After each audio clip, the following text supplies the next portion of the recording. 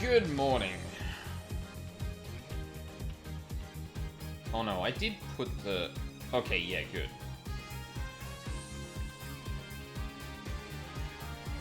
Oof, I was worried I didn't update the title on Twitch. That would have been awkward.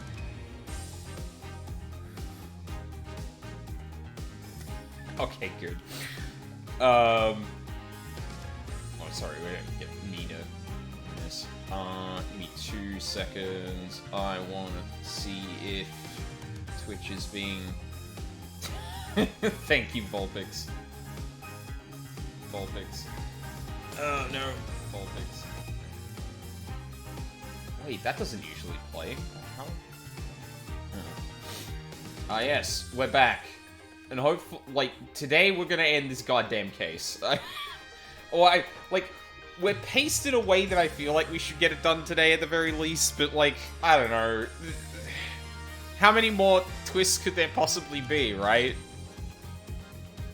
Right?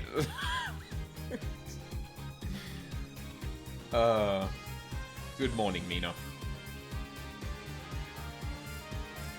Good morning, Warfy. I see you saw the Minions post on Discord. Yeah, I actually consulted on that. Consulted with the artist of that, so that Excellent. we could inflict as much psychic damage to my co-author as possible. Well, congratulations, you have caught me in the crossfire there. That is excellent. We're both just like none of these are canon, right? Yeah, no, this is canon in the universe now. Yeah, no, these exist. Oh shit. Misha know how to make memes like this. I don't know if they would. Absolutely they would, but they wouldn't make minions memes. They don't know what a minion is. Yeah, well, yeah, no, exactly. But they would make equally shitty memes though. Hi everyone, if you have no idea what's going on, read my fucking book. Yes, read Mina's book. Actually, what do I have on the Mina command at the moment? I've got your Twitter. You've linked that before on Twitter before, right? I've linked the concept. Everyone who wants to read it has to go through me personally, just because we want to control who has access to it right now. But I'm pretty sure everyone who watches this stream would be in the cool kids group of like, we are fine with you test reading this. Yeah, true. Well, just Mina in general. Thank you. Please support my friend. Thank you. Yeah. I needed that before going into this stream, honestly, because like I'm so done. I didn't end up watching back the entirety of the case just because of like quite frankly, I had more important things to do. Or more important things to play I don't. Your body was keeping you safe from having to rewatch this case. Yeah, apparently. So yeah, I don't have the entire recollection. I'm still gonna go back through and watch it because I'm fascinated what I would see knowing where this goes now. But yeah, all I'm thinking now is like we can move on to case 4, right? Like we can move on to case 4 today, please. Please. Phoenix, do you have some bullshit you could pull to just shortcut this case for me? We're on the last stretch. We are on the final phase of the final trial segment. We just gotta push through. Yeah, exactly. Controllers apparently had enough too, so that's a good sign. Kids, what I'm gonna do is I'm going to pull up a walkthrough for this part of the game. Oh no. So we do not get stuck for a second longer than we need to. Okay. I appreciate having that on hand. Do give me a second to think through it, but Of course, yeah. I'll be sure to call upon you a lot more readily. I'm not going to look at it unless you ask for it, so okay. I'll try to use my own brain before we resort to this. Cool. No worries.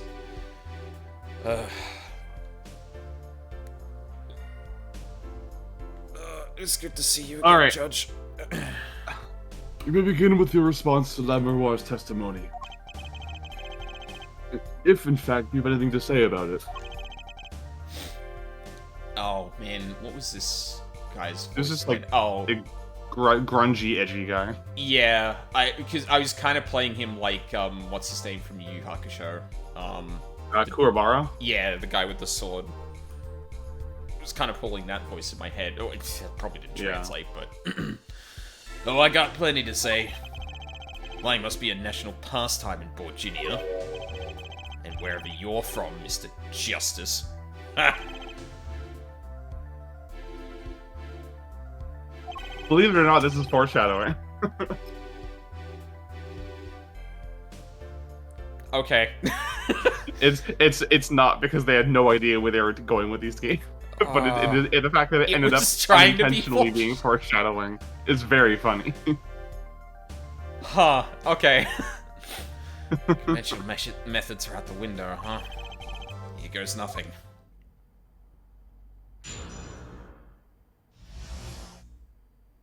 Erin's rebuttal. Beaver's lying, plain and simple. She's got nothing to back up her story. In the first place, she never heard my voice. She forgot the words because she heard gunshots? As if. Didn't Detective Emma Skye hear those gunshots during the third set anyway? Shooting took place when I was on stage, man. Yeah, but that's not... So you claim Lemuroir's testimony was a lie? Hey, don't get me wrong. I dig what she's doing, trying to protect that kid. And she's got the court eating vague statements out of her hand just because she's blind. You go too far, Darian. Look, all I'm saying is you've got a reliable witness. Why not listen to the detective? Detective Skye? I see. Mr. Justice, you may begin the cross-examination. Didn't waste any time finding our weak spot. Can't do this with Lemuroir's testimony alone. I'll have to find some other way to prove when the shooting took place. Yeah.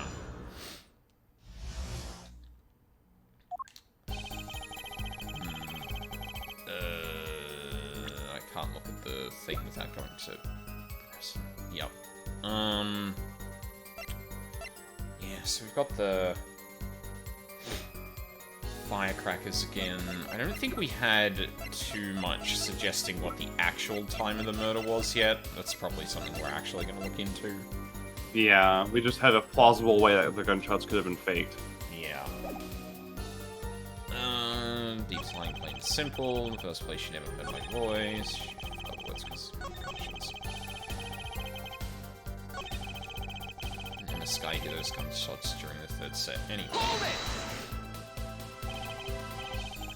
Actually, I was there too. So I hear. Get it? Yeah. Which means you heard them too, right? The gunshots? Yes. We heard gunshots. Neither I nor Emma actually saw the shooting, mind you. I guess you and Lemuroir got the same excuse then. We know one thing for certain here. There were gunshots like sounds that emanated from that room during the third set. What we must determine is whether those gunshots, whether those sounds were actually gunshots. Maki heard them too. Remember he said he ran for the air ducts when he heard them? So, how do we figure out just what those gunshots during the third set were?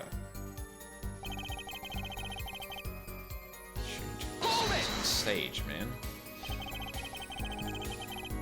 That could have been what the shooter wanted us to think. I'll tell you what the shooter, that kid, wants you to think. He wants you to think that Diva heard me in that room. I'm back to relying on Lemuroir's testimony. As much as I'm enjoying the Darian and Forehead show, there is no need for such tempers. Don't make us into some comedy duo. This means the Gavin and Darian show's cancelled. Neither of your claims can be proven or disproved. We could argue for days like this and get nowhere. Prosecutor Gavin is quite right. This court will hear no further discussion on this topic without new facts. New facts, huh? He's pretty eager to paint Lammermoor as a liar, isn't he? Yeah, because her testimony is basically our entire case. This is tough. So what do we do? I got a few ideas. Just need to find another way to prove it didn't happen when he says it did.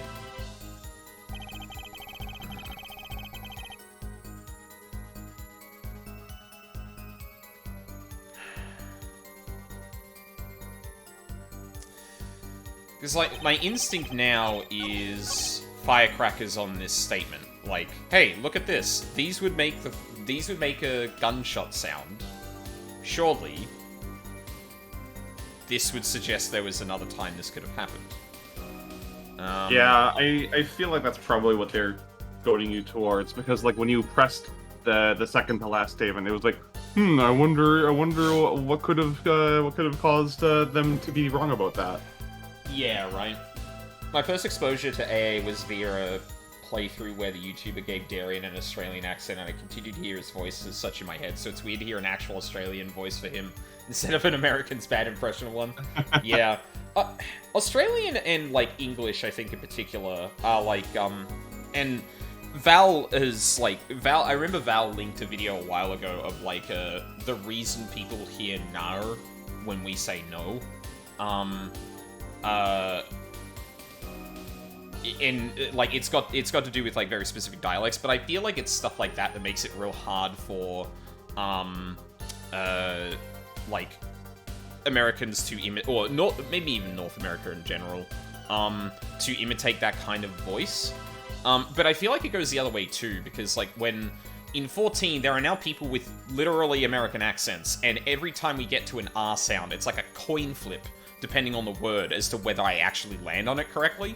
And I know I'm doing it wrong because I hear it in my head, like we're going American, American, American, Australian, American, American. It's yeah, it's a funny thing, like it, like because it's fascinating that like there's such a difference in two countries that do speak the same language, I guess. Yeah. Yeah, I think it's... Sorry, go on. Yeah, I think it's just a difference between, like, rhotic and non-rhotic dialects. Yeah, for sure. Like, large versus large. Yeah. Yeah. Because, like, if you're from a region that has, like, a rhotic dialect, it could, like, you know, the grammar and vocabulary has certain rules that can be really hard to drop because you're so used to using them your entire life. Like, yeah. I know that I'm speaking from experience, and I'm sure you can concur. Doing a German accent for Franziska or Clavier is fucking hard because you have to remember the VW switch, you have to remember the ING, INK switch. Like, there's so many rules you have to remember that just come naturally to someone who speaks the language natively. Yeah, exactly. Like, and yeah, it's the unique set of troubles for that, because when you're speaking a different language, like for Japanese, for example, like you're already shifting so much of the way you speak into another language that like those kinds of things aren't as they're like tiny bumps compared to the actual speaking another language, whereas like the biggest problems with imitating someone who is speaking a different accent in the same language, those things become the most important thing. Yeah, it's interesting. I'm just gonna... Objection! Yeah, okay, no. The music didn't go away. Okay. Sure. What did you present there? Oh, sorry. Hear gunshots during the third set. Well, actually... Yeah, I think that... Yeah. There we go, yeah. Yeah. No, I was getting ahead of myself. Some things were found at the crime scene after yesterday's trial. What things? First was this small device. That's the remote-triggered igniter. Correct. And one more thing. What are those? The remains of something burnt? Not another guitar, I hope. What are those? What are those? Zooms in on Apollo's like $5 sneakers. Yeah. He's wearing to court. $5 like dress shoes. They're just like sneakers painted black with lacquer on them. Oh no! Oh man, that's that punches me in the soul. Traces of gunpowder were found on these fragments. We have a report that it was something like a firecracker. Hey? How did Gavin know about this? What? You think Detective Sky works for you? I received the reports this morning, before coming here. That's when I made my decision, actually. What decision is this, Prosecutor Gavin? I registered Darian as a witness in today's trial. Just in case. This raises another possibility. Those gunshot-like sounds during the third set could have been 2 firecrackers rigged to go off by remote control.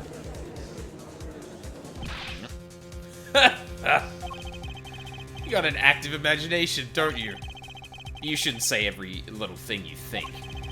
Your explanation there seems a bit too convenient to me. How so?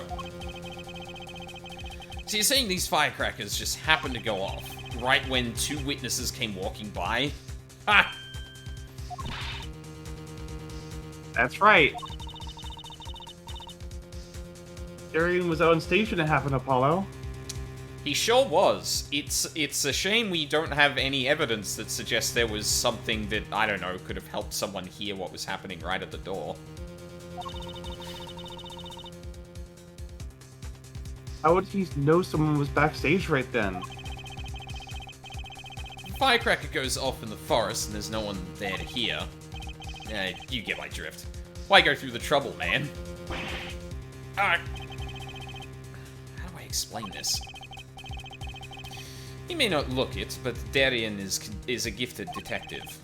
Show any weakness and he's sure to find it. He may not look it, partner?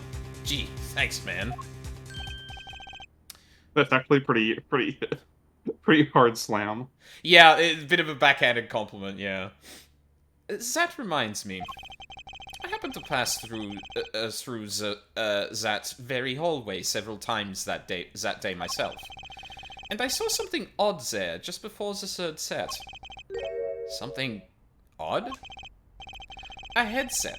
The kind all the band and staff members were wearing. That's right. We picked this up in front of the door to that dressing room. Okay. Wow, okay. That Case is kind of hand-holding me there of like, hey, remember this? As if that wasn't a huge... It's like, oops, we forgot to explain this. It's been too long. They won't connect the dots by themselves. Well, yeah, but I'm also surprised they didn't ask you to connect those dots. That's the kind of thing it's like, well, like they would put to you is like, yeah, how is there a way he could have heard that?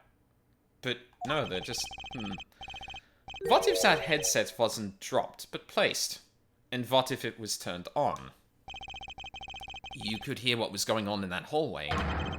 Even if you are out on stage. Fair.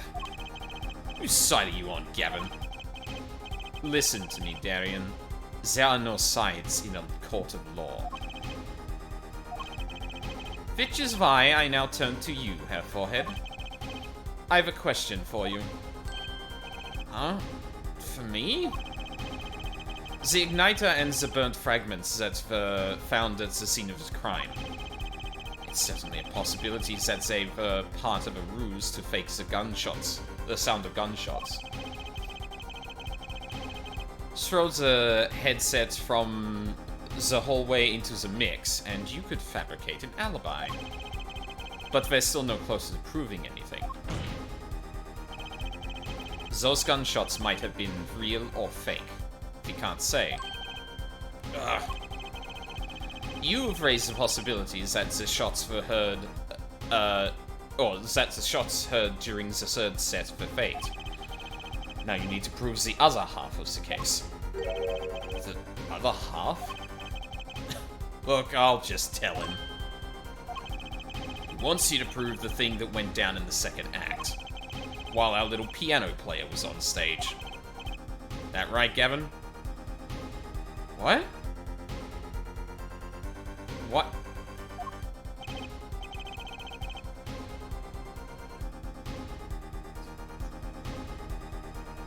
Okay, hold on. I'm gonna let this play out. Indeed, if you can't prove that, then to continue this cross-examination would be pointless. Well, Mr. Justice? Can you prove the crime took place during the second set? Oh, okay. So it's like, okay, you've raised a possibility, but if you can't show... Yeah, so you've raised the possibility it happened at another time. Now you need to prove what that time was. Because I thought we were about to talk about the trick in the second set that would explain why the bodies turned up on the thing. That's where my head was going. But yeah, no, the contention here is specifically when did it happen? If it didn't happen when we think it did. Yeah. Yeah, I think. You better know, Apollo, otherwise we're through.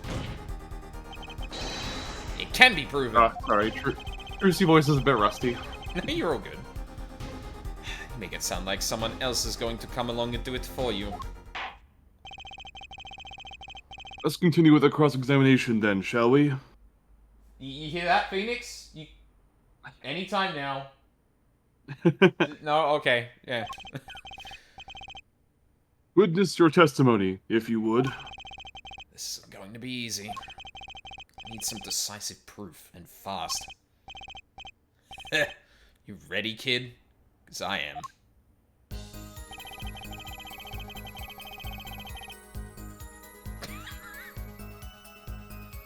Okay, what happens if I press this? But the gunshots heard during the third set could have been... What? Some kind of setup? I've heard that one before. We need proof, Apollo. We need to prove that the shooting took place during the second set. Well, if you know how to do that, I'm all ears. Maybe the gunshots are the key after all. What do you mean? Well, Lemmerwar said she heard them, right? Right in the middle of her illusion when she was up above the ceiling? When she forgot the words to the song, yeah.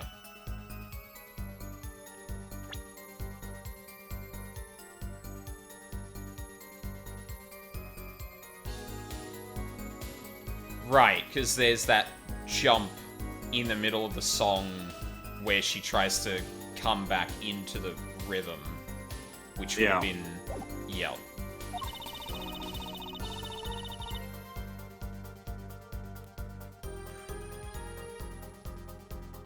Can I prove that? If you can prove the gun was shot right when she missed those lyrics...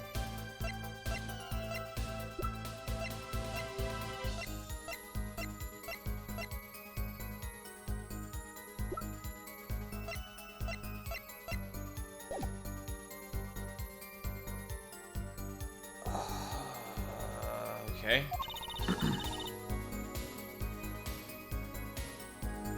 We're home free, I think. True. Not easy, but true. Is there some way to prove that? Let's take a look through our evidence. Maybe there's something in there. Hey, aren't you supposed to be cross-examining me? Try to refrain from private discussions during cross-examination, Mr. Justice. Right, Your Honor. Sorry. Just let me take a quick look through the court record. He's pretty eager to paint Lemmerwar. Oh no, we already read this. Yeah, this is the ending thing. I think it's probably the same as before. I forget the exact jump in the lyrics. Is it... I'm pretty sure... It's right before pleasure. Yeah, because there was a missing pleasure. It just goes... Yeah. Pleasure, but a fleeting melody. Mm-hmm. Okay.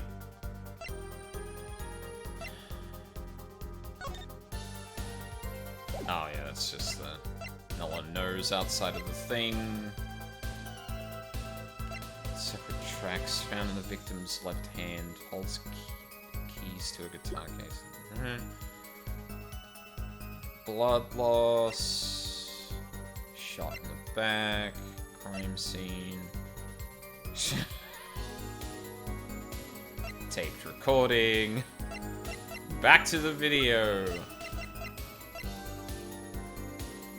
See reference.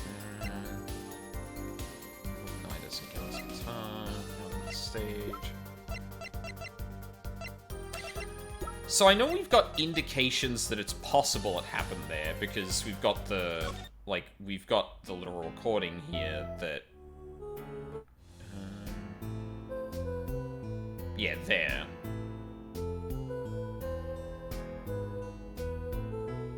So, like, we've got the video suggesting that there was a thing there. And I think we pointed that out previously, that there was a weird bit there where Lamiwa missed a lyric.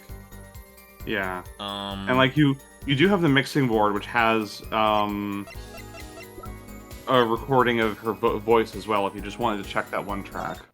Oh, okay, shit. I didn't realize that was a thing. This is just for the guitar serenade, but it... Yeah, there you go.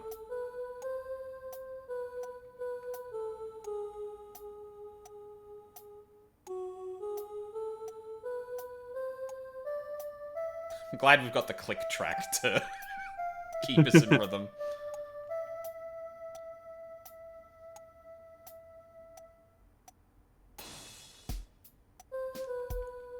Oh my god, it got picked up! Wait, no fucking... Oh, it's like... Oh, that's... Come on, you couldn't have timed the gunshot to be... That's... You couldn't have timed the gunshot to, like, actually, line up a little bit after that previous section. Marker. That's... Because, like, if you just went back there, because you're like, wait, what was that sound? It starts the second you go back to it, and it doesn't really register, because it's not the clean thing. Yeah, it's weird.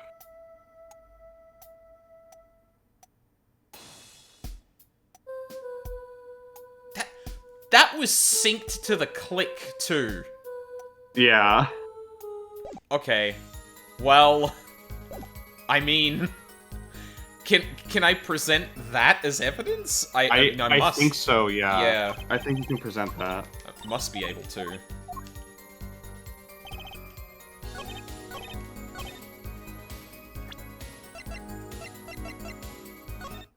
Oh, shit. Hold on. Objection! There we go. It seems there was clear proof left behind. Right here in Lamiwa's song. Song? What exactly is this, device thingy? Oh, this has got too many buttons for me, dear lord. Hello, Charles. A new variety of gramophone, perhaps? Come on, we just used this. Don't get me started on gramophone. This device was used to record the performance part by part. Oh, whoops. Well, he only said part. Yeah, that's fine. You move the sliders to adjust the volume. Each instrument is adjustable separately, Lamiwa's voice included.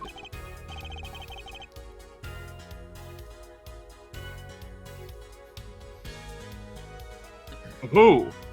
But what does this prove? According to Lamiwa's testimony, at the moment of the shooting, she forgot the words to the song. Ah, you intend to examine the recording at that moment, yeah? We might even hear those gunshots. Exactly. Ha! Ridiculous. Uh-huh. How are you supposed to hear gunshots back in that dressing room out on stage? Have you forgotten, Darien? We were all wearing these headsets. Oh. We were all deeply involved in our performance. But Lamouire's headset would have picked up what she heard all the same. Well, let's get to analyzing that recording, which you thankfully have already done. Yes. Right now. Lamouire stopped singing when she heard the shots fired. Find that spot and I'll find the gunshots.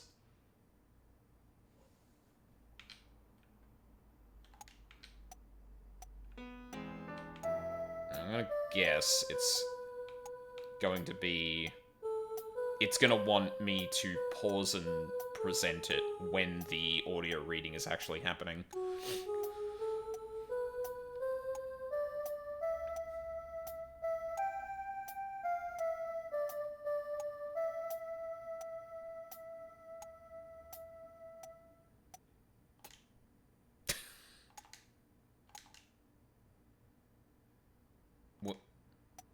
Wait, it didn't...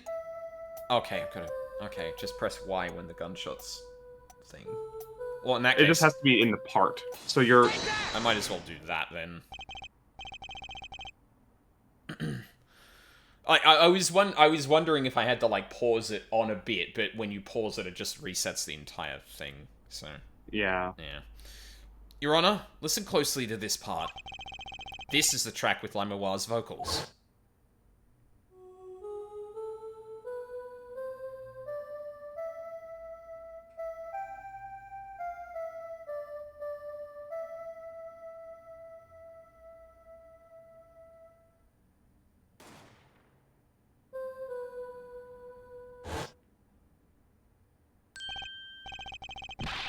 I did hear something faintly there, yes.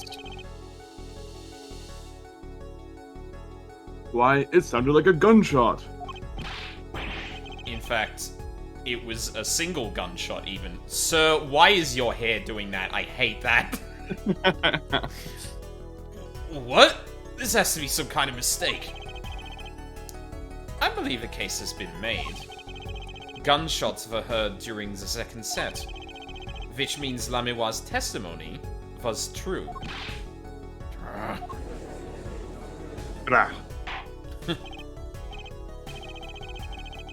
Order! So, she was telling the truth about what she heard. It was the other man speaking, not Mr. Latouche. Well, what did he say? It's over. Press the switch, now.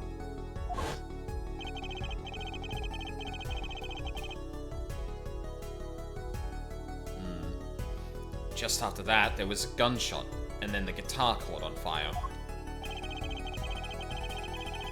Detective Crescend, you weren't on stage during the second set. You could have done it.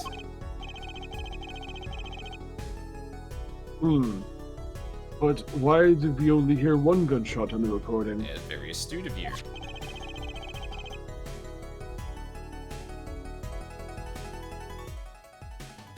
Were there 2 bullets fired from this weapon? Lamouire was moving through the air vent, Your Honor.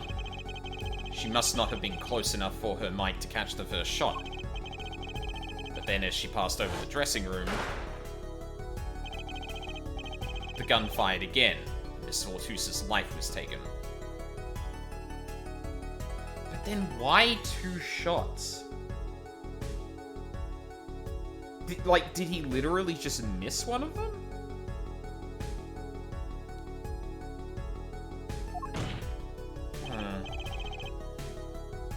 Well, Detective Crescend? Once again, I am reminded of something. Our performance that day. Oh. Hey, Darien, why are you fucking up so much? Is it because mayhaps your mind was elsewhere? Your performance? Seeing the mixing board jogged my memory. You were there, too, Hair Forehead. What is it with today? Problem after problem. Tongue. My hog won't start. My guitar case is busted. My guitar's been burnt. Stop talking about your hog. Yeah, stop talking about your hog, sir. Guitar's been burnt to a crisp, and to top it all off, someone's dead. And then there was that performance just now. What was that all about? This part is off. Which is that? Second guitar. It was you, Darian. I thought it strange at the time. How could you miss such a simple cue because he was pressing a different... okay. I know you. I know how you play. You're better than that. Yeah, well, You what? And Prosecutor Gavin, what are you getting at? I'm talking about the murder weapon. Mr. Latus's 45 caliber hand cannon. As we have learned, even the shooter doesn't go unscarred with a revolver that size. The kickback is enough to dislocate your shoulder, if you're an amateur. Wait, you mean his plane was affected because he hurt himself shooting that revolver? Ha! You're forgetting something. Yes, Detective Crescend? I am a trained police officer, you know. I've had firearms training. Plenty of it. I'm no amateur. The standard sidearm issued to police officers is a 38 caliber weapon. A much tamer beast. Also, the murder weapon belonged to the victim, Mr. Latus. Which suggests there was a struggle between killer and victim. So, the killer might have been holding the revolver correctly when he fired. Didn't he get him in the back, though? And in the shoulder. Well, yeah, but... Well, I guess, because it is a fairly high caliber weapon, I don't think we established whether the back was an entry or exit wound, so it's probably just shot in shoulder, not necessarily shot from behind. Yeah. That might have been an assumption I just made. A reasonable assumption, I would say. Yeah. The thought had occurred to me, yes. Well, does the witness have anything to say for himself? Who is it?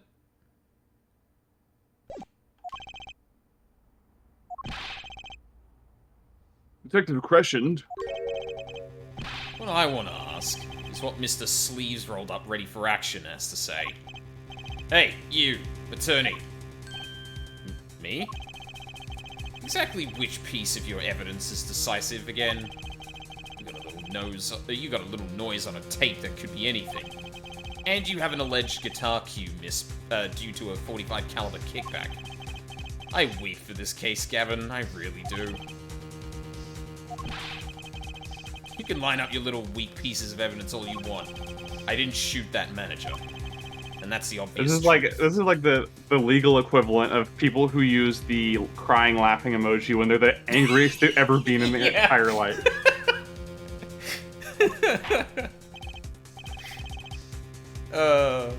And Gavin's just not responding at all, which is making him even angrier. Yeah. The witness has a point. It's a shitty point, but he has a point. The defense's arguments, while persuasive, are not decisive. I believe we should hear what the witness has to say in response to the case so far. Your testimony, please, Detective Crescend. Tell us your reasons you couldn't have done it.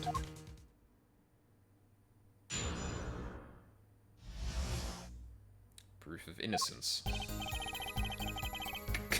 Come on! Come on, man! It was my birthday! I'm just a little guitarist. Yeah. Why would I even want to kill that manager? You want a reason? Easy. I got no motive, man.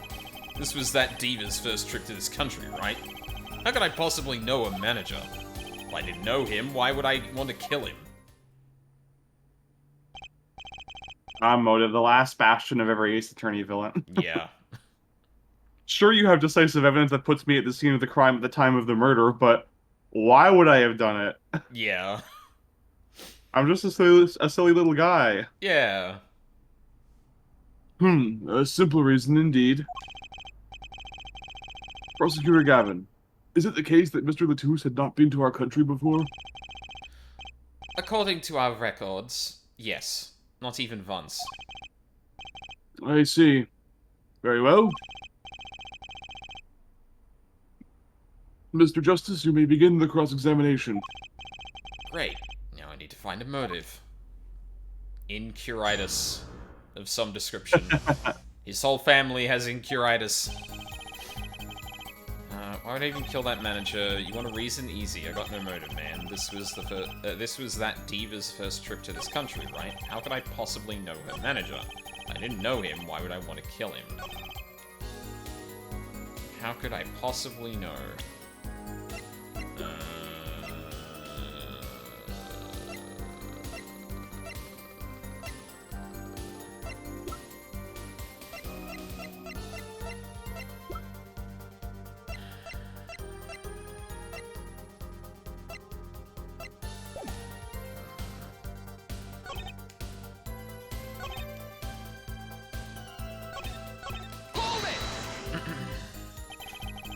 So you didn't fraternize with him at all during the concert? Fraternize? Ha! I don't think we exchanged a single word. As if anyone would want to talk to that old Eastern blockhead. Bro? Now, ladies, that's a different matter altogether. So you see, I'm extremely not gay. I didn't know him, why would I want to kill him? You sure about that? Apollo with the, are you sure about that? What? What? Wipe that look off your face before I do it for you. Listen, you try throwing out one of your wild accusations. I'll throw it back at you so hard you'll forget who you're accusing of what. Her forehead. Perhaps it's best if you let your evidence do the talking, yeah? Man, what evidence? That's what I want to know. So he's using his motive question, this motive question as ammunition, huh? Well, I've got ammunition too. Evidence. Yeah. rub that dirty cocoon money right in his face. Yeah, but, I mean... It's not much of anything, though. And yeah, that was post Latouche dying. Like, yeah, I guess it's just, it's the cocoon, right? Why would I want to kill him? Yeah. Because... Because dirty cocoon money. Yeah, I guess. Objection! Okay. I'm gonna be honest, this is kind of flimsy. It's the obvious road to take, but... It is very flimsy. You're absolutely correct. It's like, well, because he was associated with a person that had something valuable on their person. Like, what? It's a bit of a leap, Apollo. Your Honor, take a look at this. What's that? Looks like candy. It's not. Don't lick it, please. Detective Crescend. Ever seen this? Looks like a piece of candy. What it is evidence. Don't lick it before you try it. Specifically, this is a replica of a cocoon. It was found among the victim's belongings. Oh, wait, hold on. No, sorry, this is a little bit more conclusive. Because this is a replica. Someone... Like, the whole thing is that someone placed that so it wouldn't be noticed. Yeah. Yeah. A cocoon? Never seen one of that color. It is a variety only found in the Republic of Virginia. Nowhere else. Alright, but what is this cocoon replica doing in my courtroom? Surely this has nothing to do with the motive for killing Mr. Latouche, does it? It does. Wait, I mean, I think it does. You don't sound so confident, man. A cocoon. Is it one of those silky cocoons? The kind you can make, well, silk out of? Not this one. This cocoon makes a powerful curative. A curative? For what? Apparently, it is most efficacious at treating a disease thought incurable. It is the only medicine of its kind. However, it is illegal to take one of these healing cocoons out of Borginia. Whatever for? It was such a miracle cure, why not share it with the world? Yeah, that's what I've been wondering. If you looked into the matter at some length, apparently it isn't difficult at all to manufacture the remedy from the cocoon. Yet, if you change the process only slightly, you can easily make a large quantity of something else entirely. A deadly poison, in fact. What? There was an incident several years ago where some of these got onto the black market. It caused quite the commotion in the global community. I don't give a shit. It's super easy to make fucking chlorine gas, and we still are able to buy all that shit. Like... Yeah, like, this is at least like, okay, heavily regulate how this thing is actually handled? Sure, got it. Punishments for handling it in a way that's not that? Okay, got it. Death? And not out of the country at all? Like... Yeah, like, you seem to be vastly underestimating how invaluable this cure would be for the global community. Yeah. Or yeah. And I could definitely chalk that up to greed, but I imagine they're just not gonna say that, so... Yeah, no, exactly. Through the media... though the media was kept largely unaware. Intriguing. All this has led to a strict ban on the cocoon's export. One rigidly enforced by Interpol, among others. Interpol? Right. The victim, Romain Latouche, was an Interpol agent. Politics. Detective Crescend, you insist on referring to him as a manager, but that is misleading. Romain Latouche wasn't killed as a manager. He was killed as an undercover agent. So I was trying to smuggle this gumball into the country? That what you're trying to say? I'm saying that could well be a motive for murder. Oh, so I was gonna sell it on the black market, make myself a pretty penny? Ridiculous. I mean, totally unthinkable. Unthinkable, you say? Why? Perhaps it's time for another testimony. About this smuggling of cocoons business. Give me the details on that dirty cocoon money. Cocoon smuggling. International Affairs got a memo about these cocoons. Interpol's all hot and bothered about them. Can't sell them on the black market. Too dangerous. Yeah, cocoon smuggling ain't exactly lucrative anymore. Man, I'm in international affairs. I know the deal. You do, huh? Interesting. Indeed.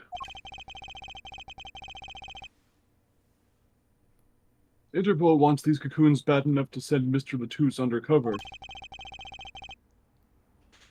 You kids think up the craziest things. But no way am I going to risk life and limb just to get my hands on some dirty cocoon money. God damn it. There it is. Screenshot that, everyone. Case is over, right? We can go now. Please. Not the most noble of statements, but duly noted. According to reports, these cocoons top Interpol's list. Selling them to an underground organization would be risky. Very well, you may begin the cross-examination. This is the only motive I've got. He was up to something, and I'm gonna find out what.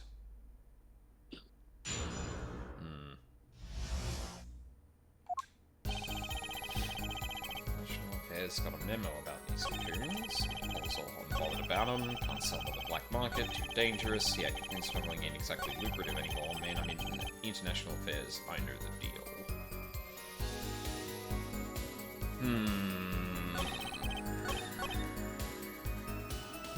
Also, I'm bothered. National Affairs got a memo about these cocoons. So I think, like, what they're asking here is, like, why, if it's so dangerous and risky, why would you want to do it? Yeah.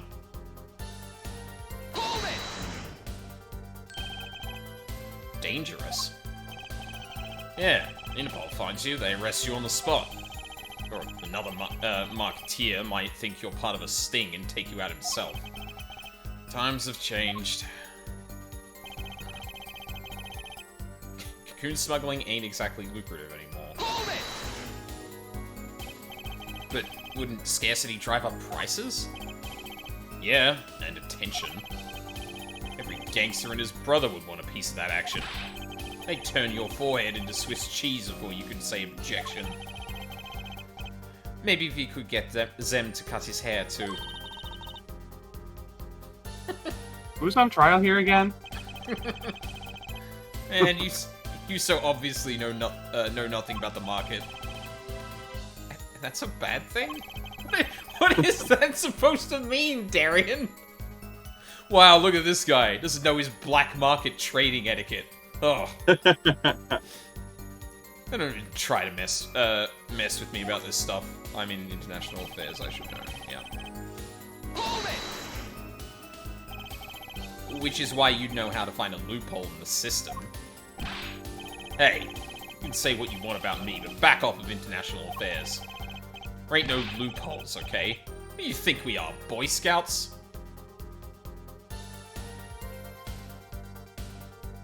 I mean... Your words, not mine. Yeah, this... Like, let the record show I never mentioned anything about that. Yeah, okay, cool, good. That wasn't what I was trying to... I just keep thinking about that Dan Olsen clip. It's like, hey man, you said it. Yeah. You said it, man. Down, Darian. It's as you say. There are no loopholes, at least in the case of these cocoons. International Affairs, Interpol, and Borginian Customs are all watching. See? We know what we're doing. Not like some yipping little doggies that lap up every word that diva says. Why, Iota? Why, Iota? Order what? You want some of this? Chill, both of you. Let's do this cool, yeah? Screw cool. I want this guy's head on a stick. Apollo?! Replica has to be the key to his motive. There's gotta be a way to find out what he was up to. Okay, what was the memo about then? That memo. That's how you knew about the cocoons. Oh, nice one, nice one. I'm running scared now. You had to know about the cocoons to plan this. Darren's the type of guy to laugh smugly when you diss crypto, then look to other people that are expecting to laugh with him. Yeah. Yeah. Trying to act too cool is definitely his vibe. Just how well known are these cocoons? I'm embarrassed to admit that I've never heard of them. Well, Lamois knew about them, though not their use. My reports indicate that there are ongoing efforts to control information about the cocoons. Most people only know they're illegal to export, that's all. Then, I've nothing to be embarrassed about after all. You could say people like me who know about them are a minority, you know? That includes everyone in international affairs, man. And everyone in Interpol, too, for that matter. Yeah. Okay, I guess we go through all of them, then. So there are other Interpol agents like Mr. Latouche? All over the world, likely. Deep undercover, most of them. That's why these cocoons are too hot for the black market. You don't want Interpol sniffing through your wares. Most came to the conclusion that... Oh, and then we've circled back. Okay, so we didn't get much from pressing all of that.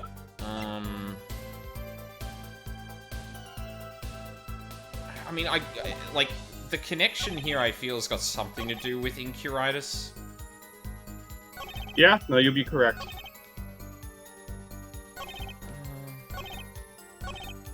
But I don't really know where to... Might be a good time to take another look at your evidence. Oh no, what have I missed?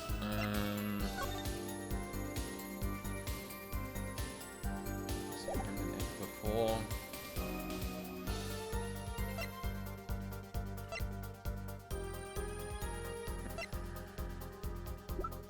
Remember, the question being asked here is, what circumstances would make it lucrative to smuggle the cocoons?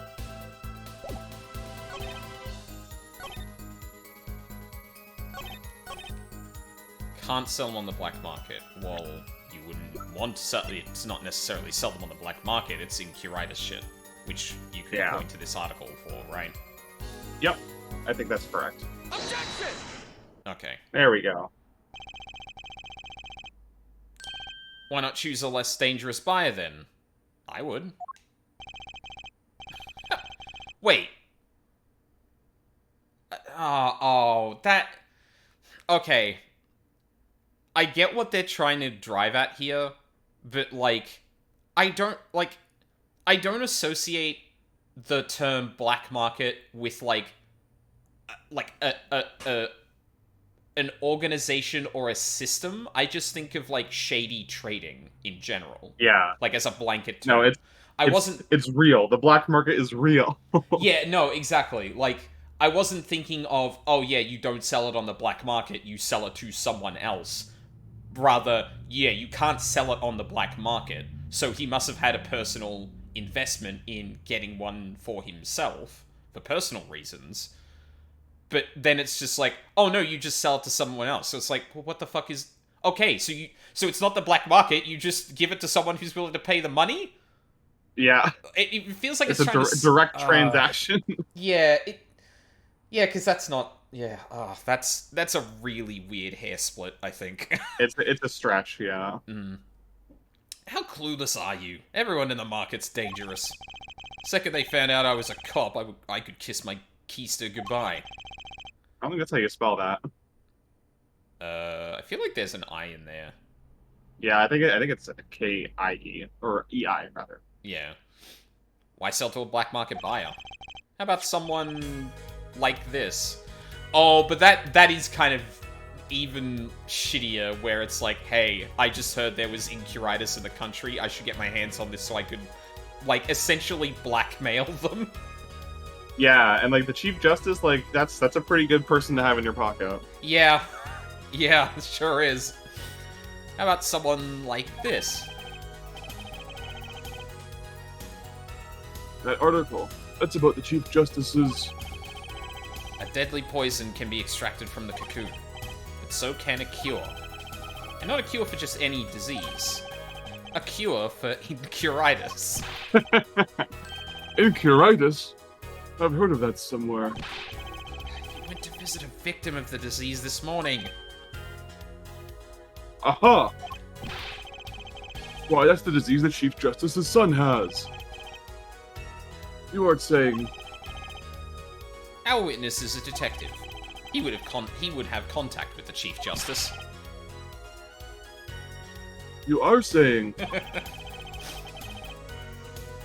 the Chief Justice would never deal in contraband. Not even to save his own son's life. But even if the deal went through... why, it'd be an international scandal. That's Detective Crescen's insurance. If word ever got out, the one with his neck on the line would be the Chief Justice. Detective Crescend, is this true? First I'm a murderer, now I'm a smuggler? How many crimes are you trying to pin on me, anyway?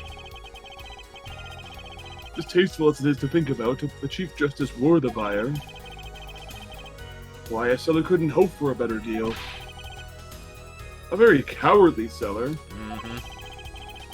Don't let Sleeves over there trick you. Sleeves! That's such a weird fucking observation. I can't believe you turned that into a nickname. I know, right? So I made a deal with the Chief Justice? Where's your proof? Well... Oh yeah, and you're forgetting one other important thing. Do tell. Interpol isn't the only ones out there watching this. Borginian Customs barely sleeps. They're so worried about the cocoons getting out. So we were informed. Let's continue with the cross-examination. Very thorough. Everything and everyone gets checked. Yeah. Just how strict is this customs check? Way strict. They keep planes on the ground for hours. I do recall it being a bit extreme. Zeva even confiscating gumdrops and marshmallows. Yes, it would be hard to distinguish them. Hey, newest girl. I thought her forehead was a stupid nickname. I mean, at the very least, it's like something obvious and something people do tend to make light of. So, like, I believe that. But like, Sleeves is like, what? You're trying too hard to find a condescending nickname for him, my dude. That's right. Gavin was in Borginia, wasn't he? I remember setting off some metal detectors several times. I had to practically strip naked to walk through. Here's a travel tip for you, Gavin. Leave the bling at home, you glimmerous fop.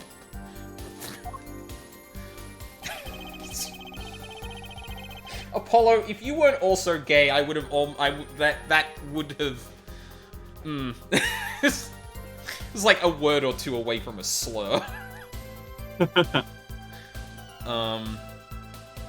Wait, hold on, did a lot of this get changed? Yeah, 3 new statements got out. Oh my god, that was okay. What? I'm surprised they didn't just do a new thing for that, but cocoon possession will get you arrested on the spot and then sentenced to death. That's pretty extreme. Borginia has this rep as an idyllic, laid-back place. Truth is, they're beyond hardcore with security. The Republic of Borginia is a peaceful, pleasant country. So this level of security shows us how truly concerned they are about these cocoons. That's the situation. Hey man, if there's a way to get cocoons out of there, I'd sure like to know. You're in a position to know quite a bit about smuggling. Yeah, I need to know a bit for work, sure. But all we get are reports on the failed smuggling ops. Not exactly something you want to go copying. You mean... Darren, I don't think you're thinking this through. You're admitting to knowing how people have gotten past customs. My guy. What? But I guess the thing here is that he wasn't. Well, do we know if Maki was potentially smuggling one out for him specifically?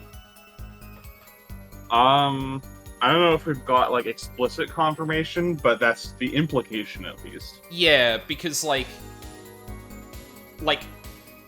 Latus was probably on the lookout for them. Maki took one out of the country for an objective we don't know at the moment, and Darian was expecting to find one in the concert hall. And yeah, like, but then like I'm wondering, like, surely there would have been an exchange between Maki and him, which maybe that explains. Yeah. If you want, I can tell you a few of them. Maybe you'll succeed and get rich. I would be interested in hearing, purely from a legal perspective, of course. Eyes dot around the room. I weep for our judicial system. Replica has to be the key to his motive. There's got to be a way to find out what he was up to. National Affairs got a memo about the cocoons, and also hot and bothered. What you need customers very thorough. Everything and everyone gets checked. Cocoon possession will get you arrested on the spot and then sentenced to death. If there's a way to get cocoons out of there, I'd sure like to know. Well, I mean, one definitely got out.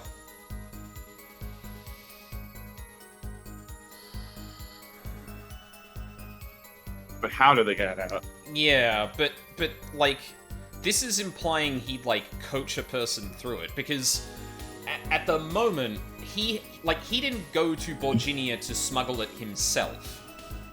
In this situation, if anything, he's asked someone to smuggle it out for him, which happened to be Maki. Yeah, and if they did that, how would they get the cocoon out of the country, considering how strict their customs are? Yeah.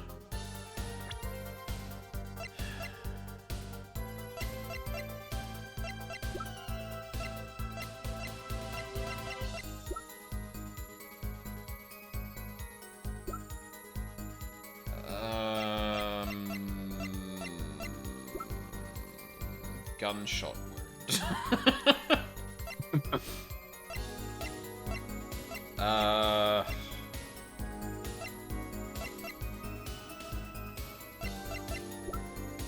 did they smuggle it out?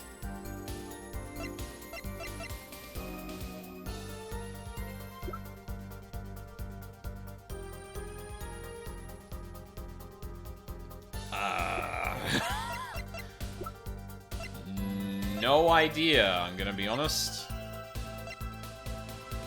So it would have left Borginia and arrived in the States, right? Yeah. So there must have been something that came from Borginia that would have been capable of passing through customs without getting noticed. Oh, it's the guitar.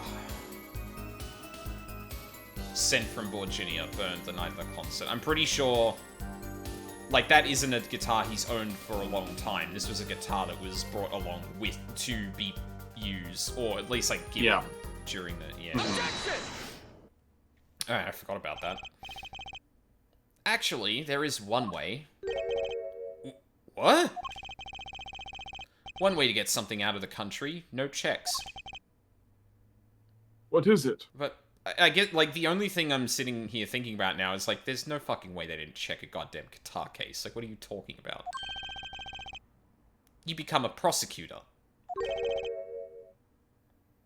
Prosecutor? I don't believe it. He's just realizing he got punked. Yep. Believe it, Prosecutor Gavin. What was it that you told me yesterday at your office? It was a beautiful instrument. It was played lovingly for many years. A guitar befitting a woman like Lamiwa. How did it end up here? I mentioned how much I enjoyed playing it that night, and she made a present of it.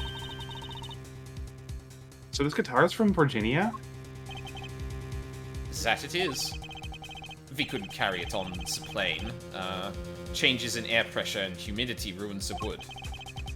So, we vacuum packed it. Right. But, like...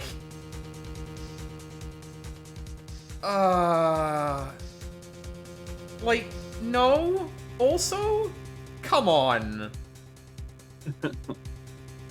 Well, I guess, yeah, we can't examine what's in this vacuum-packed, guitar case. It's lined with lead, so you can't x-ray it either. Like...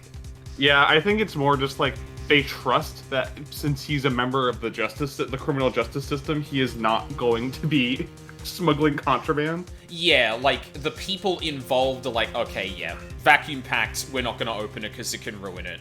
Sure. Yeah, or they go, oh, this is evidence. Even if we did say something weird, it's evidence for criminal trial. Like, this is Gavin abusing his position to do a personal errand, basically. Yeah.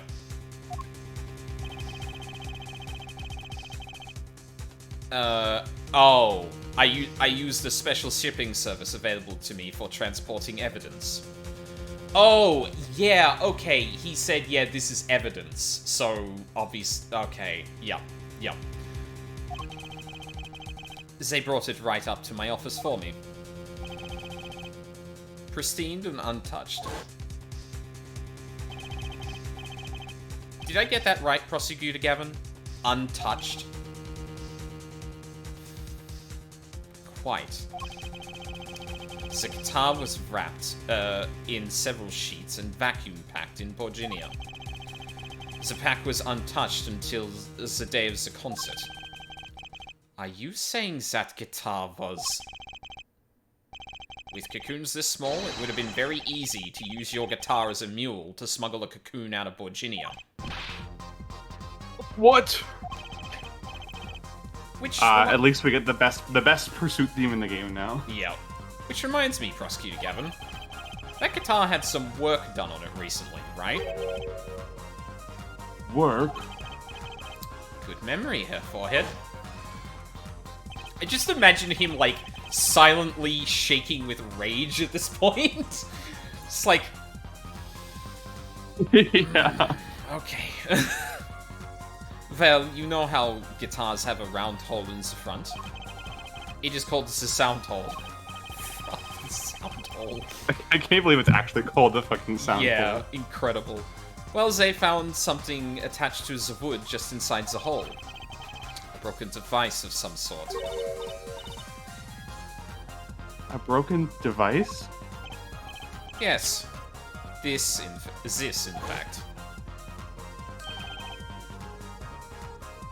An igniter. Exactly. Consider this, if you will. What if that igniter wasn't the only thing that was attached inside your guitar?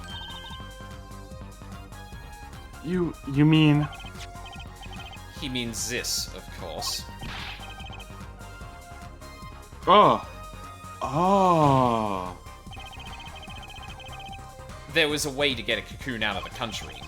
They could use picky Prosecutor Gavin's privileged guitar as a mule. And who better to do that than someone with access? Like a member of the band. York! Fuck. Order. So the igniter... Was placed in there for a clear reason, it seems.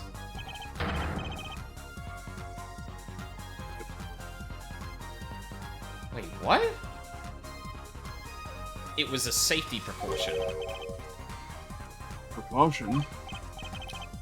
Ah. Herr Forehead. At last it all comes together. Every strange thing that happened that day. Care to review? Maestro, the gentle sounds of Lamuaz. Okay.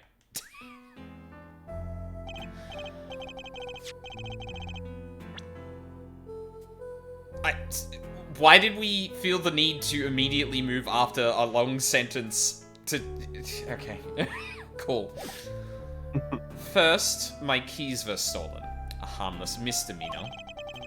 Which forced me to break the lock on my guitar case.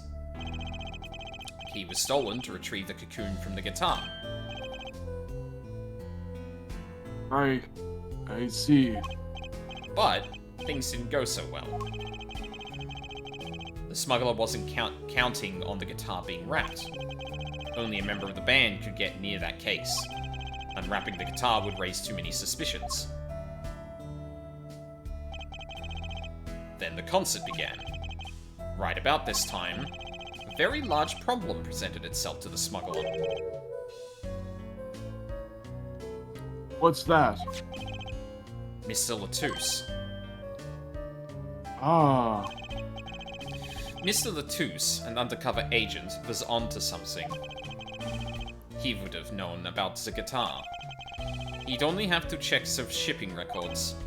So, Mr. Latouche tried to examine the guitar himself. If the cocoon were confiscated then, the gig would be up. Or the jig, rather. The only thing left for the smuggler to do was to get rid of the whole lot.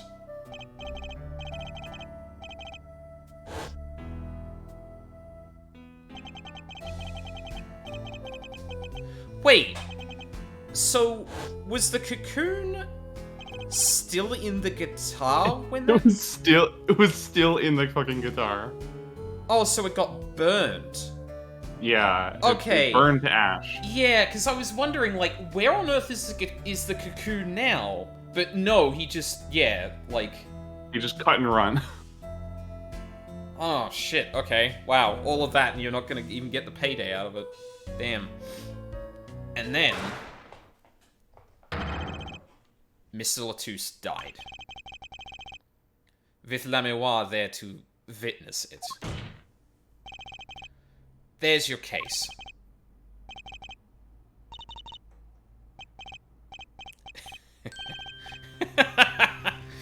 Brilliant, man.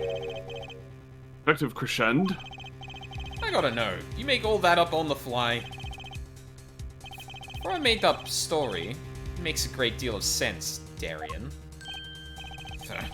Public of Borginia? Sorry, man, I haven't even been there. True, you haven't. Huh, so you make up a story for that, kid. And I hide that cocoon in the first place, huh? It's not so hard to imagine. You had help, a Borginian accomplice. That's all. That you had an accomplice was clear from the start. The voice Laméoire heard proves it. Oh my god, he was telling Marquis to... yeah. You made this transition from back... that's why we found the switch in the piano. Yeah, okay. Yep. You made this transition from transmission from backstage, while your co-conspirator was on stage. But who was it? Oh, come on, Judge. There are like 3 people on stage. Yeah, exactly. This is it. Coup de grace. For once, I know what I'm doing. There's only one person who could have helped him. Let's hear what Mr. Justice has to say, then. But be warned. With great accusation comes great responsibility. God damn it. Make up your answer on the fly, as it were, and you will be harshly penalized. Are you ready, Mr. Justice?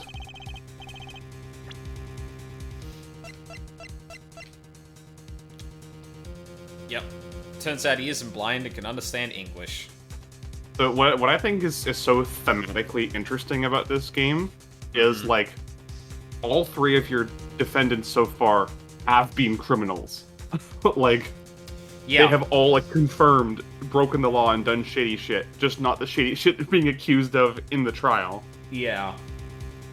Yeah. And that I think that's what makes this game work well thematically for me, even if sometimes it doesn't work as well narratively, is because, like, Apollo is totally in the dark. Like, no one's giving him a hand, no one's giving him any kind of, like, clarification. Every single other character is shady and suspicious, including his own clients. Like, it just makes this very, like, dark, kind of, like, oppressive attitude. Because, yeah, it's not like the earlier games where, like, one of your defendants being a potential criminal was actually, like, the whole point of the case. Yeah, like, it's not a twist. These are, I think the line they're trying to draw is these people break the law, but they're not bad people. Yeah. Yeah, exactly. Like, Phoenix forged evidence, but he did it to try and put someone in jail when they would otherwise have gone free. Walkie was a gangster, but he was in the midst of, like, an early midlife crisis and very insecure about his identity. And Maki, and was threatening... smuggling a cocoon. Yeah, and was threatening and a doctor that had, like, malpractice. Like, yeah, I'm gonna fucking die because of you, dickhead. Kind of thing. Yeah. And then Maki is like, he was participating in cocoon smuggling, but he knew it wasn't going to be used to make poison. Like, it's not like he was doing this for a bad reason. Yeah. Like, if you told a 14-year-old boy, hey, can you help me save the life of a child? Like, they would probably help you with that, right? Yeah, no. Well, I mean, they probably consider it at the very least, which is much more than you could say about, like, most, like, a lot of situations where that might, or where trying to get a child involved would just not. Sorry, I lost my thought in the middle of that. Take me away. This Kate, I think part of the my God, what? Bro, please let me. The game is trying to move me along, and I'm like, no, hold on. I'll tell you when you can fucking move along. Yeah, I think really at this point I've just like I haven't stopped paying attention, but like I'm not bothering to retain some of it, and yeah, I apologize. I feel like I've lost the plot definitely here. No, you're all good. There's only one person who meets all the requirements of the accomplice. And that person is the defendant, Maki Tobae. But Mr. Justice, he's your client. A defense attorney accusing his client. That's a new one. I assure you, no one is more unhappy about this than I. But I am here to defend him in the murder of Mr. Latouche. And I stand by my statement earlier that he is innocent of that particular crime. Indeed, the defendant is Borginian. He does meet the basic requirements to be the accomplice. But what if it was, in fact, La Miroir? It couldn't have been. Well, you seem sure of yourself. The reason is electronic signals, Your Honor. Electronic signals? Oh, not all this high-tech shit again. Recall that this remote only works to a range of 30 feet. Beyond that, it's useless. Yes, that's true. Now, think back to the testimony. When the shooter made his transmission, La Miroir was in the air vent, right above the dressing room where the shooter stood. Let's look at the stage diagram. This is the area that the remote could reach from the air vent. Well, looking at this, it seems that La Miroir still could have done the deed. No. When the shooter made that transmission, the stage was slightly different than shown here. It was in the middle of the guitar's serenade. What?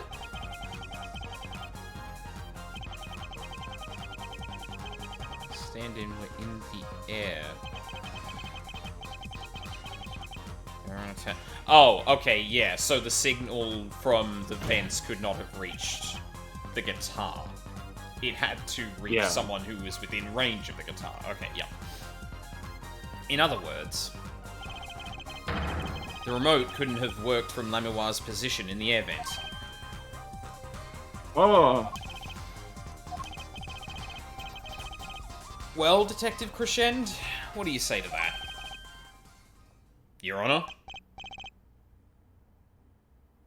Yes, Detective? Could we see the video where Gavin's guitar burns? Just one more time. Well, I don't see why not. What? Don't tell me he has a way out of this.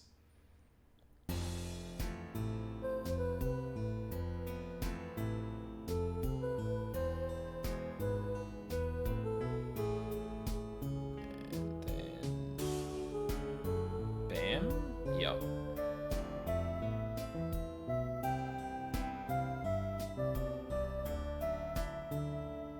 Please, I'd like to annoy the player. Real. Too bad. So sad, Punk. Punk? First you were Sleeves, then Kid, now Punk. Yeah, he's not very good at trying to be condescending.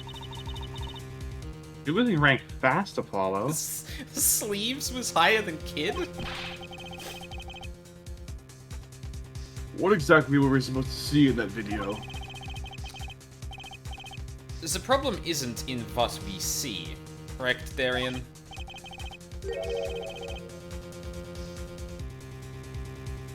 Right, it's what you hear. We are musicians, after all.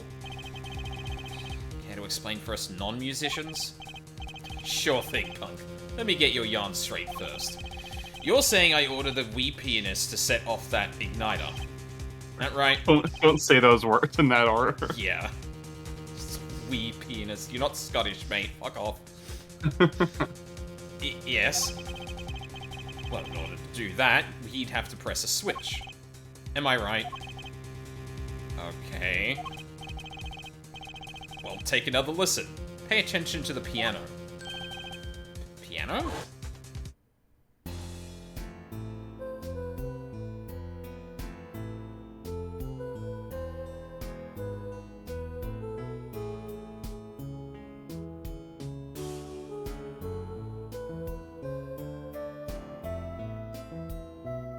Is he saying that, like, because the piano didn't drop a beat? Or drop a note? I think so, yeah. We found it seems in to be the piano. problem there. We found it in the piano, though, so, like...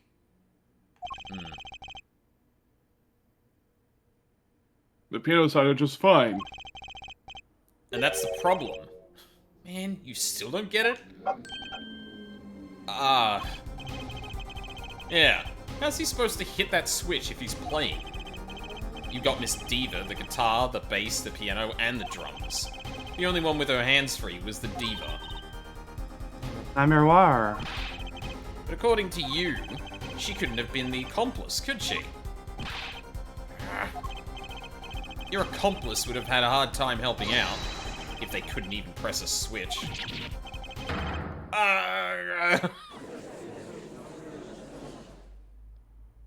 But it was in the piano. I wish I could isolate the piano now. I think the thing that gets me is that the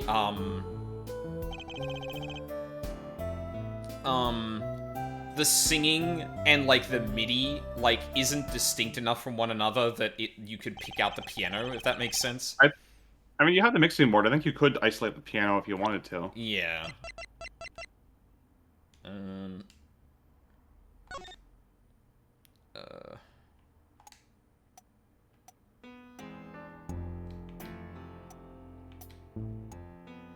Actually, hold on.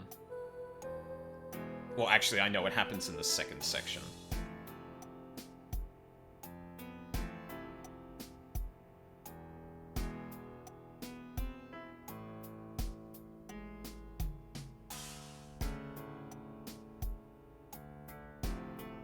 Should have happened by now.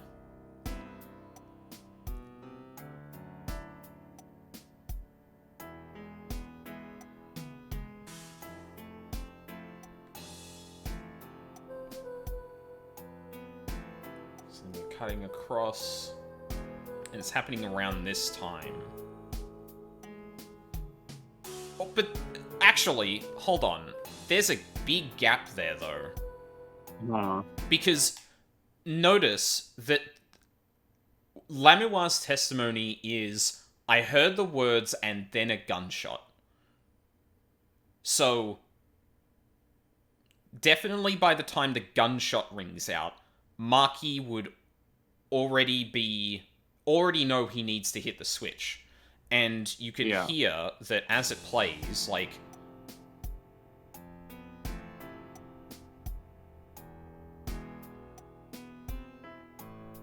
I think it's right here. No. Well,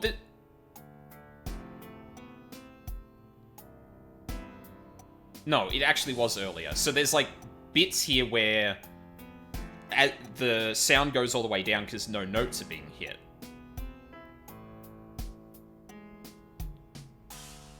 Like, it's a weird comparison, but, like, I played Final Fantasy XIV enough to hit a GCD, move my mouse to hit a YouTube video to, like, stop or start playing and come back to it before it happens. If someone's, like, a pretty, like, good trained pianist, I could imagine it's probably easy to know the song enough to go, there's gonna be a big gap here. Hit the, like, depending on the hands being used, hit the note, let it fall off, click something, and get back into position. Like, again, we're talking about professional musicians here. I would think that's pretty reasonable. Yeah. He couldn't have pressed that switch. Well, Mr. Justice, the piano does seem to be playing when the guitar catches fire.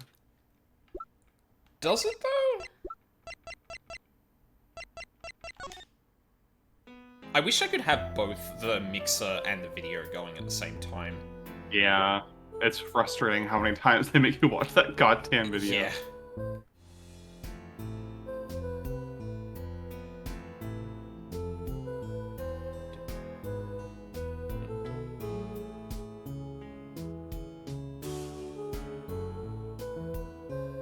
Yeah, the moment the thing flashes, there's no piano notes being played. Yeah. This seems really flimsy. It's like, hey, he's playing the whole time, and then you watch it back, it's like, there's no piano notes when it flashes.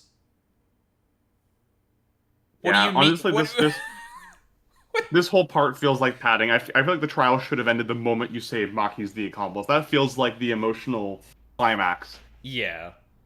And it just keeps going. Like, it'd be different if, like, it'd be different if it lined up, like, there is actually a piano note playing when the thing, hits, right? And it'd be like, oh, yeah, okay, that is strange. How could that possibly be? And then you could talk about, like, well, Maki prepared the piano, and that note sounds off. So he probably put it onto a note he knew he wasn't going to play, so that he could hit that note and trigger the thing. That's why it sounds off. But this is just, like, Darien is pointing to this and saying, this means that Maki couldn't have done it, and it's immediately obvious that that's wrong. Like, it doesn't hold up to a second of scrutiny because there's not a note being played when that happens. I think if you go back in... I'm not going to do it again because, Jesus Christ, we spent too much time on this. But I'm pretty sure if you go back, the note preceding the igniter happening is not one that requires two hands. Like, it's not a chord, it's a single key being pressed. Yeah. So, no, he even had a free hand, even. Yeah. Well, it's okay. We all make mistakes sometimes. Apollo, were you wrong? I can't be wrong. Everything makes perfect sense. How could it all just... Strange. What's strange? No, it's just... Something's odd about the performance there. Odd? Mr. Justice, if Maki Tawaya didn't press that switch, then he could not be the accomplice you claim he is. But everything points to it. Every fact says he's the accomplice. You got the facts wrong, man. Here's some facts for you. Gavin's guitar is on fire, but the pianist didn't press that switch. In other words, your story is full of holes. Mr. Justice, let's hear your final opinion on the matter now. Was the defendant Maki Tobaya the accomplice? Lorenzo will reflect on everything you said here. Give it some thought. Apollo, if Maki's not the accomplice, then our whole case is ruined. I know that. It has to be him. He was the only one who could have helped the smuggler. He had to have pressed that switch. Well, you better find a way to prove it.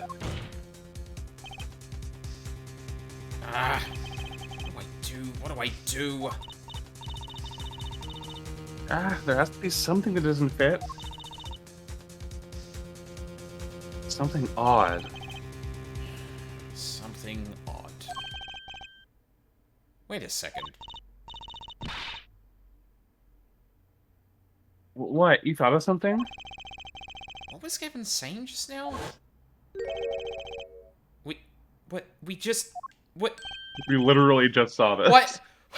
What? No, but okay, yeah, that is ridiculous, but also, like, why are we making it such that, like, why, like, not that we're having a flashback, why are we even thinking about this like it could possibly be a flashback? I know that's probably an odd hair to split, but it's not like, we're not saying something odd, hey, remember that thing that happened 5 minutes ago? We're saying, hey, remember that thing Clavier just said? Why wouldn't you just directly lead? It's like, well, I mean, like, why wouldn't the comment there be like, well, Clavier seems to think there's something odd. What is it? Could that help us? But no, it's just like, wait a minute. Flashback.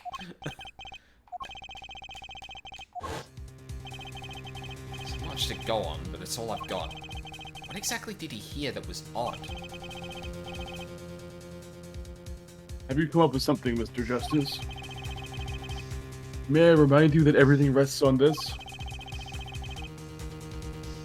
Can you prove that Maki Tumae pressed that switch? Let's hear your final answer.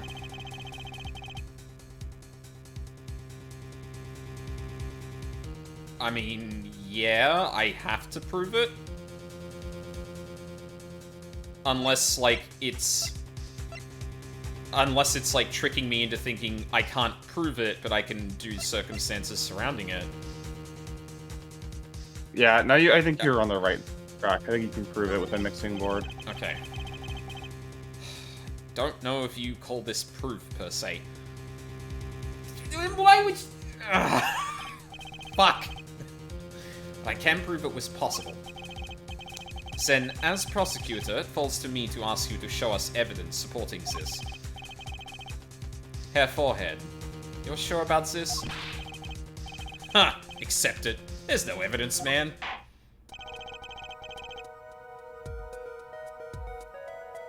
Let's see your evidence, Mr. Justice. On what do you base your claim that the defendant pressed that switch? Okay, I am gonna actually ask you now.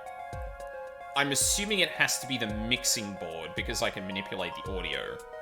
Yes, it's the mixing board, but for some reason it's not the segment you think it is. You're right that that's the segment where he's playing with one hand is where he sets off the switch, but the part you have to present is not that part. Oh, for fuck's sake. Okay.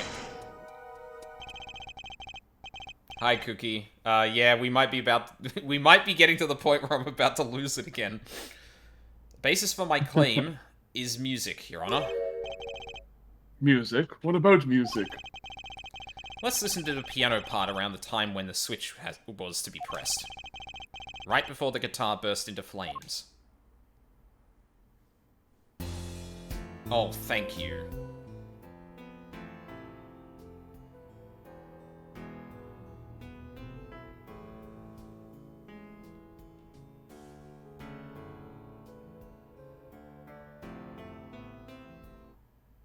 Oh, there's actually a lot more.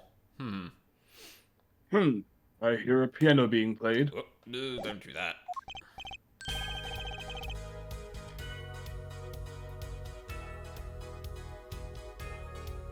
What?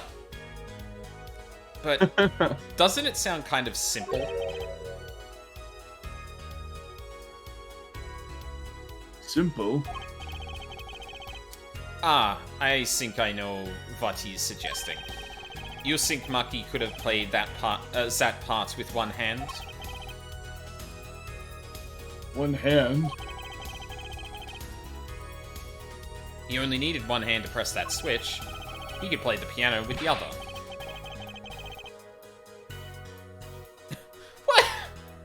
What? So using some kind of piano savant? No. But I think the kid might be. What the fuck are you talking about? Actually, no. That's not at all what I was saying, but go off. Then what do you know? I'm sorry, you have to be a master pianist to be able to make that claim. that a good piano player could play the piano with one hand? What? Then what do you know? You can't play a part like that with one hand. See, that is actually his defense. Holy shit.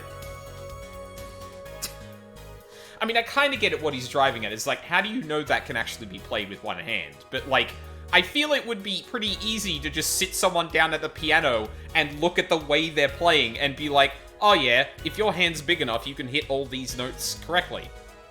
Yeah. This is that moment in L.A. Noire where someone, like, you ask a person directly, like, what their shoe size is, and they say something that's not their shoe size.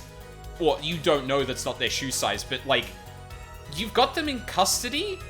Look at their boots? What? Yeah. It's so weird, and it's like, this... Yeah,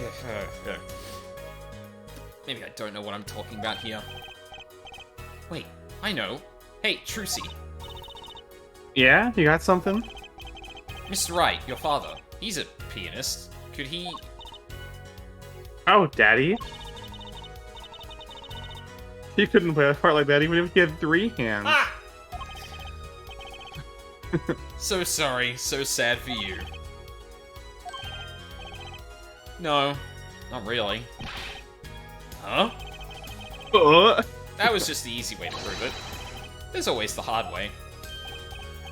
Man, how are you going to prove whether he played it with one hand or 2? You can't. I admit it will be rather difficult to prove, but it's highly likely he was playing with one hand. How do you know that? The clue is what Prosecutor Gavin described as sounding odd. What sounded odd? I'll bet we can tell by listening to a certain part of the song. No. No way. Well, it seems we've come to the moment of truth at last. Finally. Let's hear what Mr. Justice has to say for himself. What was the part that proved the defendant was playing with one hand? Right before the guitar burst into flames. Yeah. Marky was definitely playing one-handed just before the guitar caught fire. And one section of the song proves it. Okay. Cool.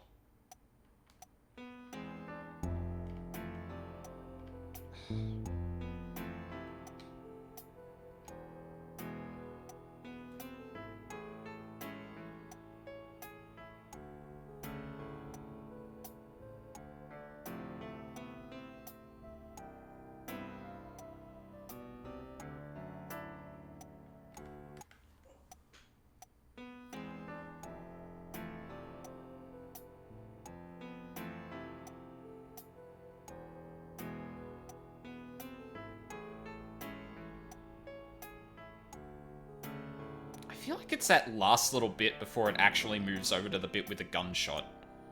Yeah, I think that's the right one. So am I just saying like this whole section here? I think so. Yeah, just because you can only present each of the 4 chunks, you can't present like a specific part of the song. Yeah, right. Take that! Prosecutor Gavin, I'm sure you've realized by now just what it was that sounded odd to you. As I'm sure you've realized it yourself, Herr Forehead. Realized what? I'll demonstrate. Let's listen to the part in question again, shall we? Pay particular attention to the "but a fleeting melody" phrase.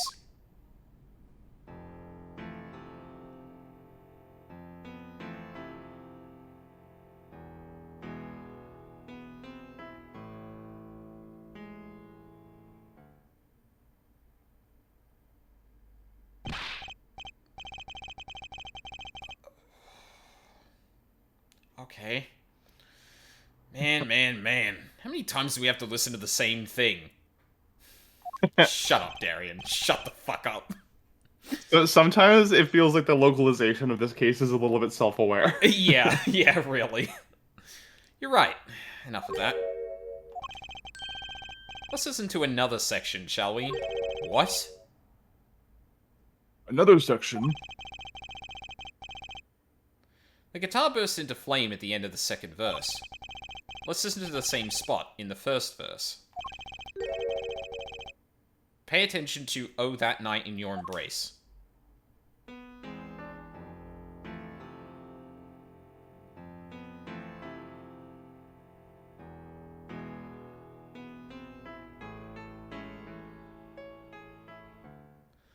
Oh, that was the bit that I... Oh. Ah, play verse 2 again.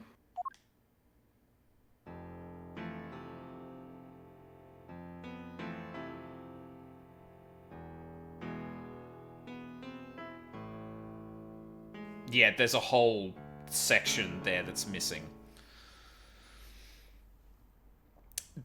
Oh man, this case is all over the fucking place. That is such a very specific thing to pick out. Whereas I feel like off time or incorrect notes would be easy to spot. You know? Like, yeah. Missing, no, I fully agree. Missing phrases. Like, it's a lot harder to pick out missing notes as opposed to wrong notes.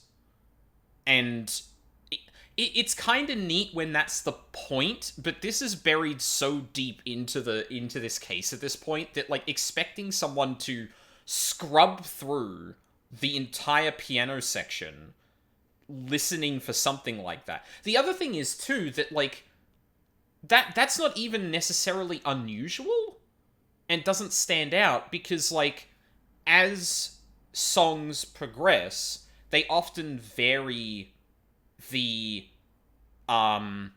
core tune to create texture.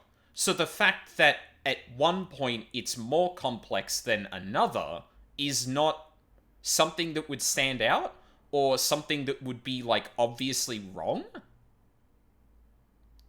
Which is so weird because, like, the very beginning of this game was the very beginning of this interaction with the mechanic was pointing out something that was played incorrectly. But this isn't playing incorrectly. Like, it could be live riffing, even. Yeah, I don't know. I think having this as a game mechanic, like, it probably should have been thought through a bit more, whether missing notes... Like, yeah, because just two people you can't expect to be musicians or listen to a lot of music very carefully, you can't expect them to pick something out like that. You can pick out wrong notes, like, you know, like a note that just sounds off. Like yeah, that's a lot easier to play with and have, like, be clear to the player, if that makes sense. I guess, like, worst case scenario, you do just have a 1 in 4 chance of guessing it right. Yeah, well, yeah, and that's... Or I guess 1 in 3 if they eliminate the second one for you via the demo. Yeah, that is true. But yeah, it is pretty silly. And I mean, the judge is kind of putting it out here, like, yeah, it does actually feel the same, but, like, you've got to think about how this is going to be communicated to the player that should be something they're listening for. Because yeah, like I said, it just, if you've ever heard someone do, like, a live performance, and, like, you will probably know if they hit a wrong note sometimes. That can stand out more than, like, someone choosing to leave open space, is basically my point. It's just like, yeah.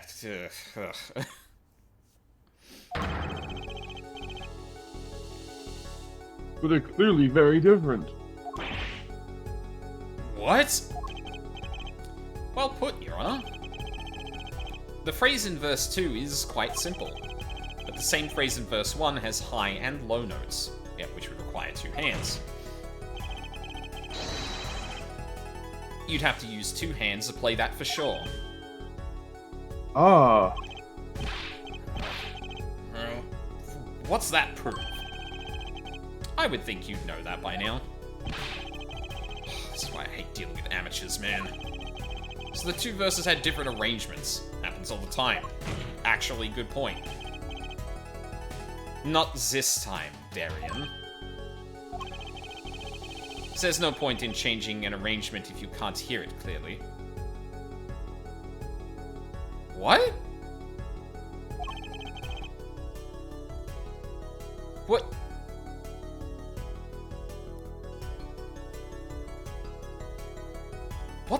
What does that mean? I don't know. I'm just gonna wait and see where he's going with this. Yeah, okay. And that wasn't the point. I had him play specifically so that the piano would stay in the background. Oh.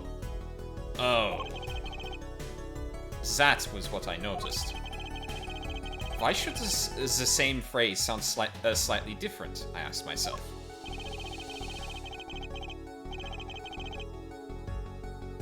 What?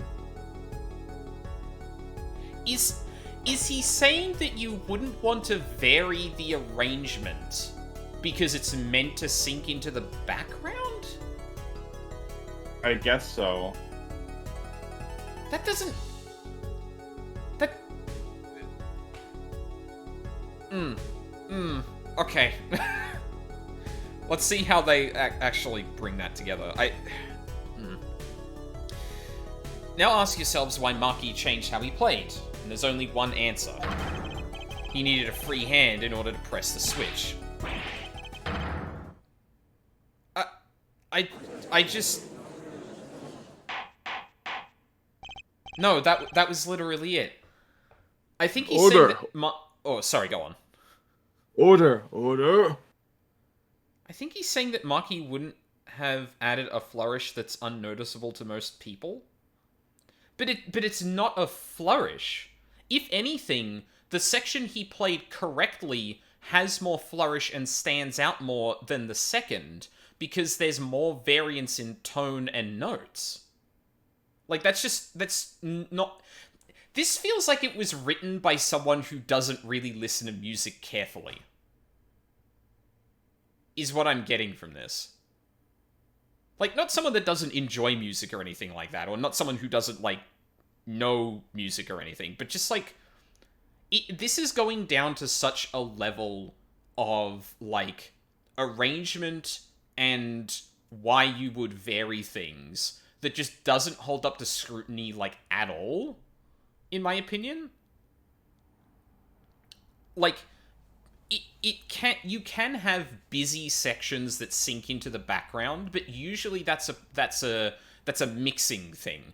If there's a lot of noise being created or sounds being created by a particular instrument and you want that in the background, you usually mix it down. The alternative is to actually play something simpler, because there are less notes going into it, it sinks into the background more. And for a piano specifically, you can hold notes, and like the way pianos kind of sound, they have a lot of noise initially because of the hammer hit, and so long as the hammer's still down, like, that sound goes out. So it, like, sorry, this is a weird tangent, but if I was going to make a piano piece sink into the background more, I would actually make it so that the core melody is intact, but there's more just sitting on notes. So, like, if anything, this whole thing is backwards with the whole flourish angle, because that's just not how piano playing works. Yeah. Honestly, you don't have to. You're preaching to the choir here. This is a shitty case. Yeah. Oh, this is yeah. The little dingleberry cherry on top. Exactly, and like because this is something I pay attention to a bit, and I'm just sitting I just want to make it clear that like the logic being deployed here doesn't stand up to scrutiny from someone like me who does care about that. But I think it doesn't hold up in such a way that a person who doesn't actually listen to music would think this explanation doesn't make sense either. Like, not that they wouldn't, like, accept it as making sense, but rather, the cues that the game is telling them they should have been using are just beyond beyond their knowledge, because they might not listen to music like that, and then they're pointing out, or actually you see that there's we want to vary the melody because that would sit in the background, and it'd probably just go like, okay. Like, it doesn't seem as clever as, no, you hear that note? That note sounds odd, doesn't it? It's almost like he went out of his way to hit a key he shouldn't have. Why would a master pianist hit a key he shouldn't have? That's the kind of thing that I feel would evoke, out of a player, instead of oh, okay. You know what I mean? Yeah. Yeah. No, I totally get what you mean. Yeah, it's inane. Yes. Yeah. That's a good way to put it. I believe this ties all the facts together. Well, Prosecutor Gavin? Yes, quite. So, personally, this comes as a terrible disappointment. What? No comeback? I can't believe it. I finally did it. I shut him up. Very well. Barring an objection from the prosecution, I will now state the court's opinion on this matter.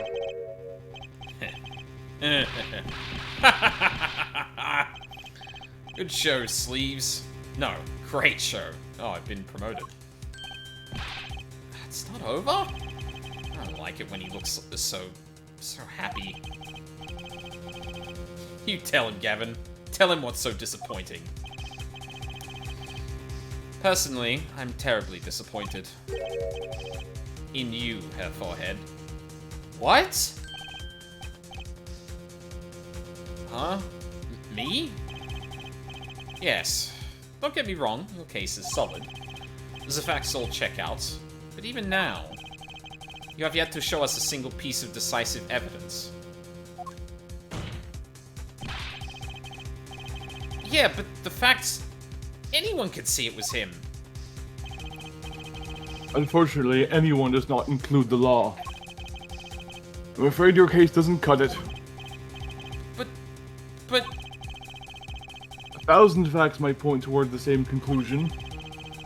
But without decisive evidence, it's still not proof. That's the rule under our current legal system. Okay, here we go. I don't believe it. It does not seem as though the defense has any more evidence to present. Oh, I think if he did, we already would have seen it a long ways back.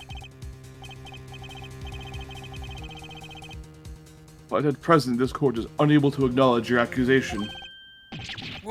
What? The truth is staring us all right in the face. Why can't they see it? What's the point of a legal system that protects criminals? God damn it. This case has not earned the ability to make this point. Fuck you. Apollo, remember what Daddy said? Won't be easy proving he did it. Especially not under the current court system. So what do I do? Like I said, good luck. And be aware that it will be impossible to prove his guilt by conventional methods. Every man has an igniter inside him. Find Darien Crescen's igniter, and set it off. Yeah, so we have to get him to implicate himself. I wonder what he meant by every man's igniter. I think he just means a weak spot, no? The kind of thing that a single spark could turn into a wildfire of emotion. I won't be able to press him further by conventional means. I've gotta find a weak spot in this guy. Something fatal. So, can I get back to work now or what? Okay, we've had a long time without a break. I think we should take a break here. We're so close. Let's just push through. Okay, yep, I'll trust you. So can I get back to work now, or what? It may look like I got a lot of time on my hands, but I got no more time to play pretend with this deadweight attorney. Well, Mr. Justice? That bastard called me deadweight. We've come this far without decisive evidence. His witness won't be coming back to the stand once we let him go. Every man has an igniter. Huh? Didn't you say the better the guitar, the brighter it burns, Prosecutor Gavin? Ah, yes. Good guitars are kept dry, is why. That provides the best sound. Even a small spark could cause irreparable damage. Your plan has an igniter in it too, Detective. It was there from the very beginning. What? Fine time, Justice. If you blow this one, it'll be out of your hands for good. Go for it, Apollo. What? And this igniter is supposed to come burn me up? That's almost poetic there, Mr. Attorney. All the better. I'm rather fond of poetry. And I intend to hear this one through to the very end. Herr Forehead, you are accusing this man, Darien Crescent, of 2 crimes. The murder of Mr. Latouche and the smuggling of a Borginian cocoon. This is your last chance to prove your case. This trial has already gone on for far too long. Yeah, sure fucking has. Mr. Justice, this will be my last warning. The moment this igniter of yours turns out to be a dud is the moment this cross-examination ends. Understood? Yes, Your Honor. Then let's have it. Show us the basis for these accusations against Darien Crescent. Okay, this is really my last chance. The key that will take apart Darien Crescent's plan is...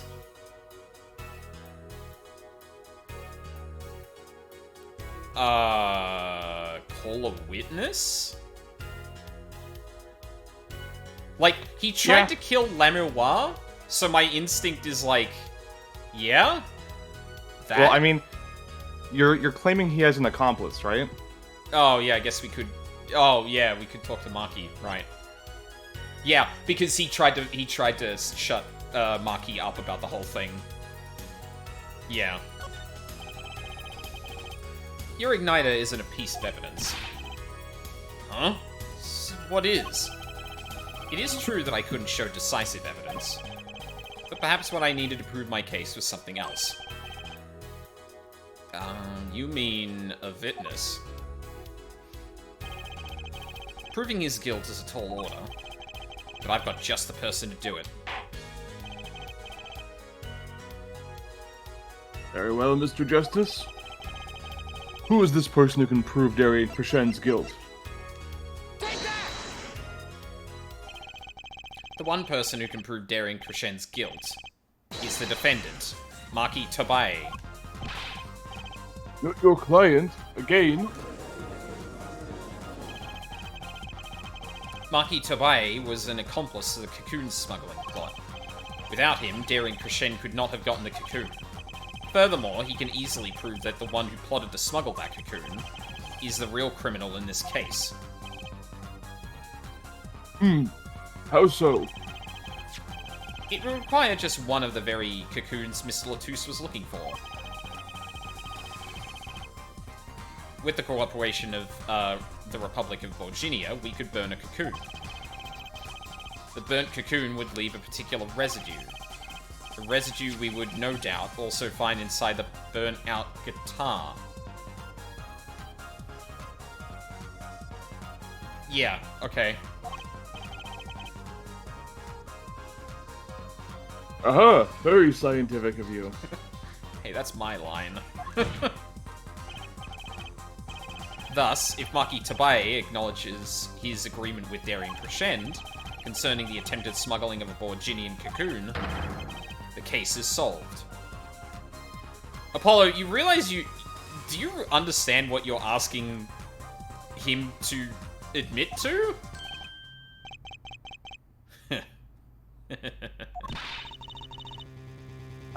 Darien's laughing again. Your unrelenting passion is remarkable. You really want to get me, don't you? Too bad you'll never be able to. Why not? The little key tickler won't acknowledge anything. Especially not anything to do with cocoon smuggling. Yeah. What's this all about? Taking a cocoon out of the country means death. By Borginian law. Yeah, see? That pianist really was a smuggler, and testifying about it would be suicide. Yeah, see? Believe me, he's not talking... But you're wrong, Detective Crescend. What? It's the other way around. If Maki doesn't admit to smuggling here, he's in deep trouble. Huh? How? Look, if Maki admits to smuggling here, then he'll be tried in our courts by our laws. You don't get the death penalty for smuggling in our country.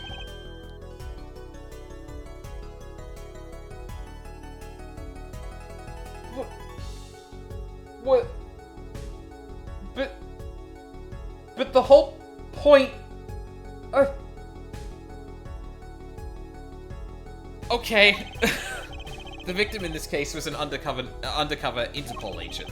I'm sure that news has already reached Borginia. And they'll likely broadcast our dealings in court today. Including the part about the Borginian cocoon. Yeah, but...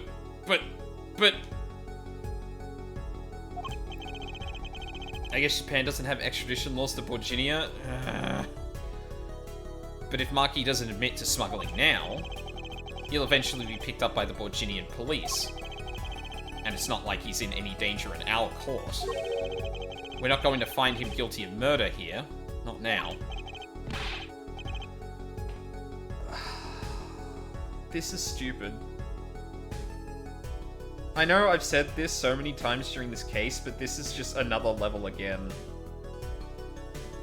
What possible reason would there be that admitting to smuggling Borginian cocoons in this country specifically would prevent him from being tried in Borginia? He's literally a citizen there. There's no, and international agencies are working together to actually prosecute people doing this. And the whole point was that if you got caught, you'd be put to death. But there's a technicality where if you get that in the courts in this country, they're working together enough that you could be brought back to Borginia. What? This doesn't make any fucking sense, dude. What the hell? I guess it could be like the trials of Edward Snowden and Julian Assange, where the U.S. pushes to hold the trial there instead. Especially if something like the death penalty is on the line, the U.S. courts would probably argue, well, we don't want him dead for this crime, so let's try him here. But I guess that my problem is that they're cooperating to a level that is absolutely ridiculous. They don't have, extradition laws for this specific case. That is completely unrealistic to me. That makes zero fucking sense. He could probably reasonably claim asylum in the U.S. if he's going to be punished with a death penalty. I think that's something that could happen. Right. I guess my problem is that narratively the death penalty has been hanging over this case a lot. And at the 11th hour, it's well, actually, if you admit to doing that in this country specifically, then maybe you could get... If that's the case, then the death penalty doesn't fucking matter. Why is it even in the game narratively then, if there's such an easy loophole? I guess just to show why Maki was so scared, why he wasn't cooperating from the start, it's because he didn't trust you and he didn't trust his legal system, But you don't need it to be a death penalty. It could be just, it's an extremely serious crime. You get locked away forever or something like that. But I think ultimately it's because this is a cartoon anime game, and that's the most severe penalty that can be inflicted. But yeah, so it increases the stakes the most. And my point is that is fucking stupid. You don't unnecessarily just ratchet that up to 11 in a situation where there seems to be international cooperation to a ridiculous degree, and then say, actually, there's still a loophole here. Like, I don't, like, ugh. Fuck me, this is stupid. Yeah, but you can't do this. You can't accuse me. Maybe the law doesn't allow it. But who's going to think you're really innocent after hearing this trial? Well, at least admittedly, that is a pretty cool thing to this. It's like, okay, maybe I can't literally accuse you of murder here. But, yeah, like, your problem is not actually here. Like, it's an interesting contrast to, what's his name? The guy who pretended to be,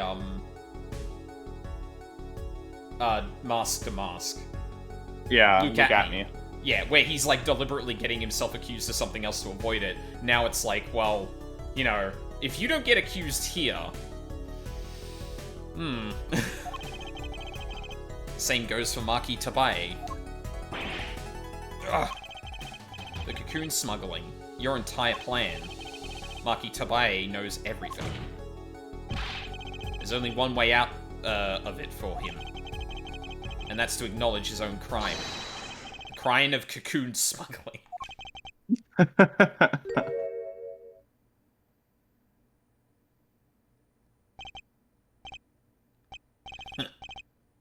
Don't worry there. I'll get you out of the country. I'll set you up someplace. Hidden mansion? Real nice. You want a house made out of cookies? Or, no, a house made out of pianos? Come on. I'm sorry, are you begging with the child right now? Please. Whoa. Sir?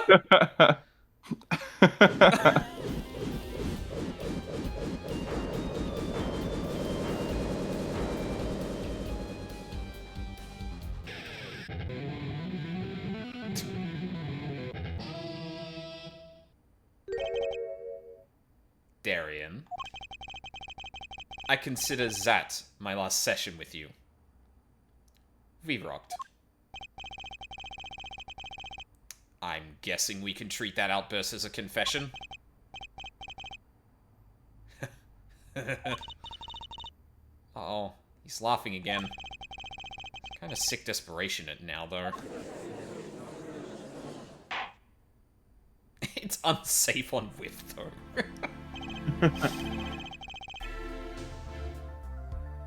Well, have you been listening to today's trial? Yes. And you'll talk? You'll tell the court everything? I can't believe this is still going.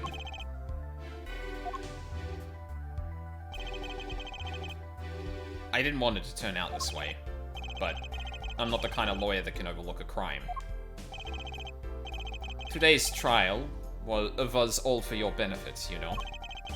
I see no reason why you should hesitate now. I knew. From beginning, I knew. Maki. Situation, I cannot explain, but money, I needed. Very much money. Giving me lots of money right now. Yup. Today's trial raises a delicate issue with our legal system. The only thing definite in a court of law is evidence. This is the golden rule.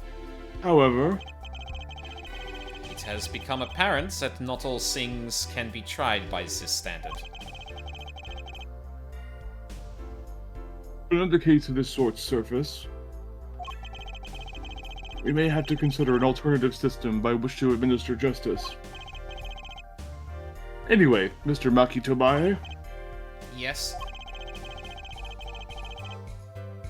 I promise you will receive a fair trial by the laws of our country.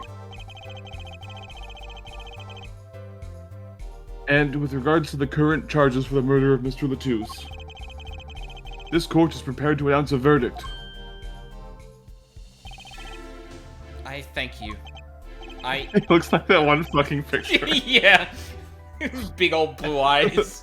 Yeah. the blue-eyed stare. Yeah. I only lie, but you see truth. You find truth. That's our job, yes. Very well. This court finds the defendant, Maki Tobae.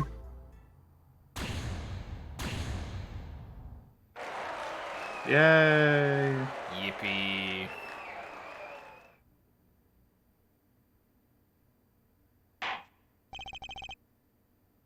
Court is adjourned.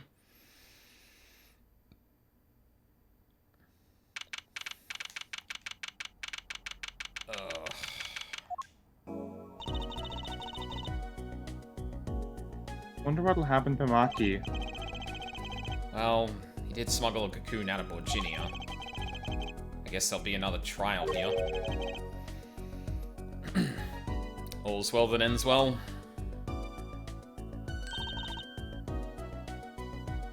Daddy! I owe you both my thanks. Lamerois? Mai, is something wrong? I'm sorry. Maki was your partner on stage. Your friend. Yes, I thought of him as my own son. Even now, I do, yet... something got a hold of him. Something evil. I see that. What the fuck? He was corrupted by the dirty cocoon money.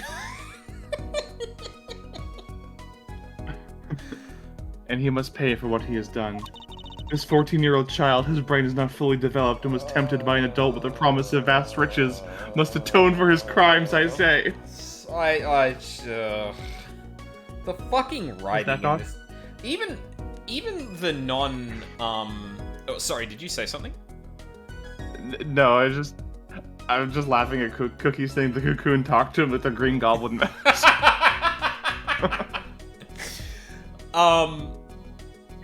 I don't know, like, I haven't talked much about, like, the writing outside of the logical writing, because, like, it was a lot.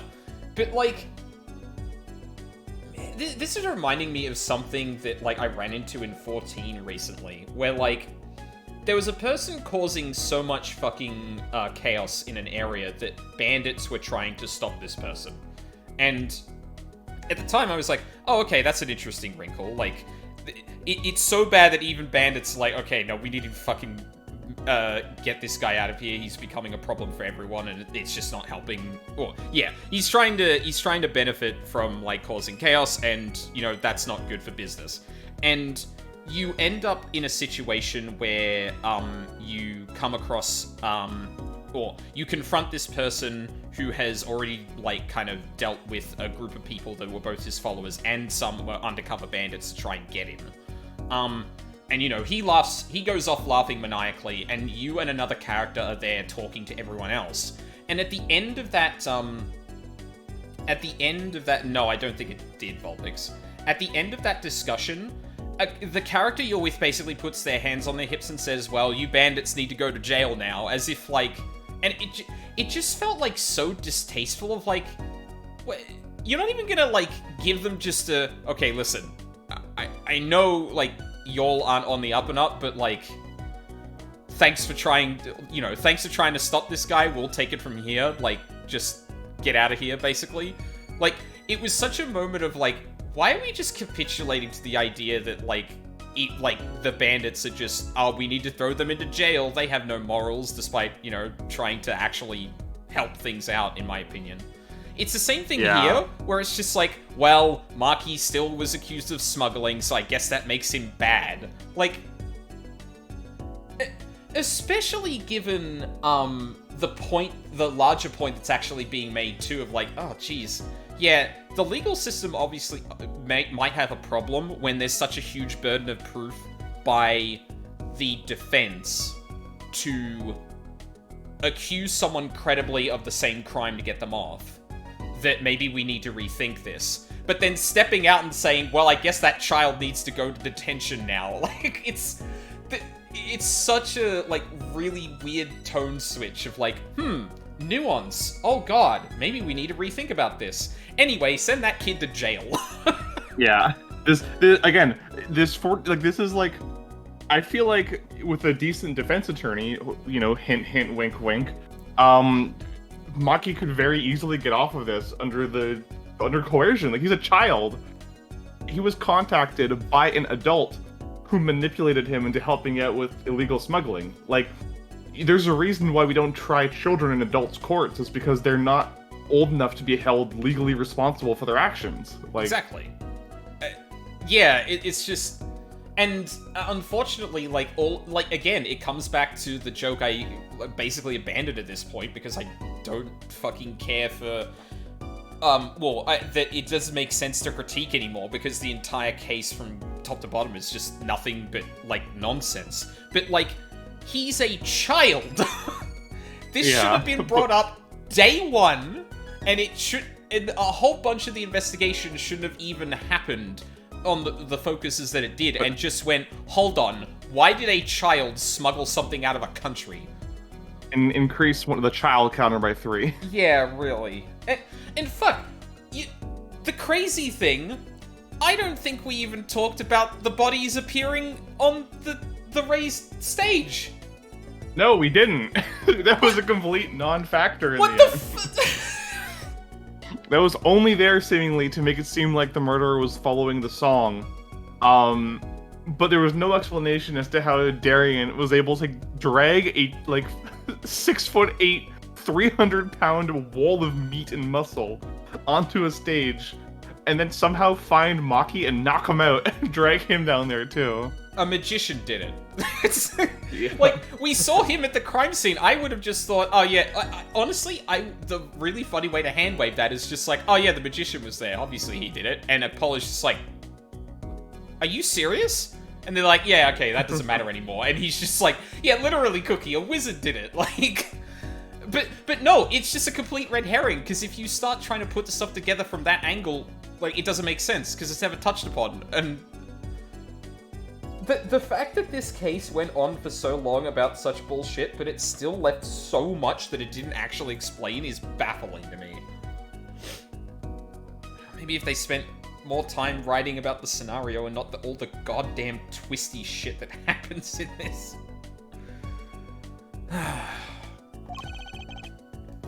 I'm still sorry. Do not be sorry. He had it coming. You have given me courage. Courage? I am considering an eye operation. It was my suggestion, actually. You mean, you'll be able to see again? It's funny, I've always been afraid of the light.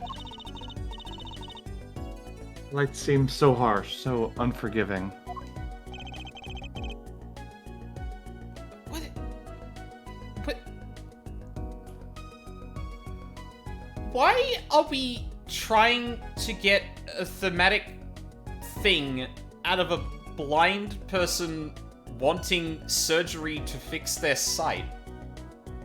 I don't know. What the fuck is even happening? That is such a weird thing. Oh yeah, someone convinced me to get my blindness addressed. Yeah, it's you know what, I was fine with not seeing, and then my good friend in the hoodie over here said, actually, seeing is super based, you should do it sometime. Yeah, really. It's not even, it'd be interesting if, the whole, the blindness thing was kind of like Yakuza 0, where it was what was it, a psychological thing or something? Yeah, a psychosomatic thing? Yeah, and it's there was certain experiences she had that is touched on in the case that led her to be okay, fuck it, I don't... actually, I don't care if I can see it anymore, because what I've seen, I don't want to be capable of witnessing ever again. And that throughout the thing... But, that's just... It feels like this got dumped out of a different story. Why are we making this point about Lamiroir's lack of sight? Oh my god. According to the doctor, Lamiwa lost her sight due to some kind of accident. An accident? As you know, I suffer from amnesia. I feared that if I could see... Oh, okay. Actually, maybe there is something there about, like, being in a situation where you can't remember what's happened in your past life and just being like, ugh, I don't know if I really want to know. Yeah, okay, man. That's at least, like, coherent, but I don't know if they've told the story in a way that makes me believe that it's a sensible point to make about this whole thing. Perhaps it would open my eyes to the truth I've been running from. Yeah. I was scared. I was the smuggler all along. You know what changed her mind? Hearing your defense in there today. She could feel your gaze, unwavering, always looking straight at the truth. I felt you staring at me and I thought, wow, I would love to stare at people too. If the light returns to my eyes, I think I will take up painting. Painting? That's right. She's the landscape painter in sound, after all. I will paint the two of you. I promise. Woohoo! I can't wait, La Miroir. I owe you my thanks too, Apollo. Thanks, Mr. Wright, but for what? You reminded me I need to hurry things along. My plans to destroy the legal system. On my secret mission, that is. Oh my god. Yeah, that Apollo, she could feel your pink eye cookie. Oh. The concept art of Apollo straining his eyes spontaneously appeared in Lamiroir's mind. Yeah, really. Like, literally. Is this still, Is this still... Yes, it is still there. There we go. Eyes shaking and everything. Right, your secret mission. Apollo, Trucy. I hope that we will meet again soon someday. You bet. Me too. Yeah. I guess that point was a little more coherent than I was giving it credit for, but I still feel like it's, yeah, the incredulousness of, wow, you managed to convince a blind person to get the surgery that would fix their eyesight? What an accomplishment. Like, fucking, come on. And so, like a ballad, the trial flowed on and on, until it came to the end. Thank God. Thanks to the trial, the guitar's serenade was a huge hit. Prosecutor Gavin's even more dazzling to look at now. Is that right, Apollo? Fucking fruity. But there's something I want to say to that guy. Uh-huh. Next time you write a ballad. Have him catch the killer at the end. Oh, we did it. Fucking case is done. It's fucking over. Okay. Continue to next episode, yes. We'll at least watch the intro before a break. And that is the whole truth of this case. Oh no.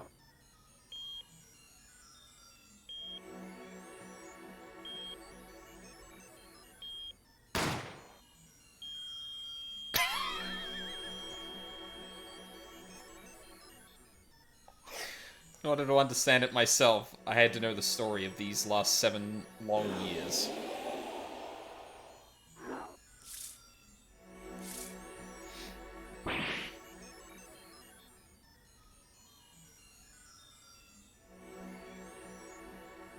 Nothing happens by chance. All is connected.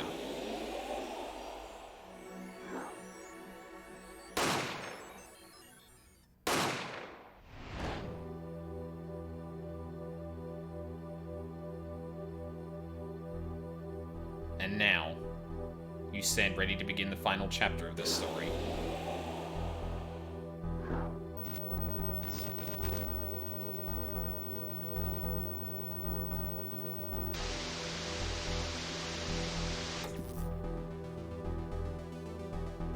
defendant be found guilty or innocent? The decision is yours. Jesus.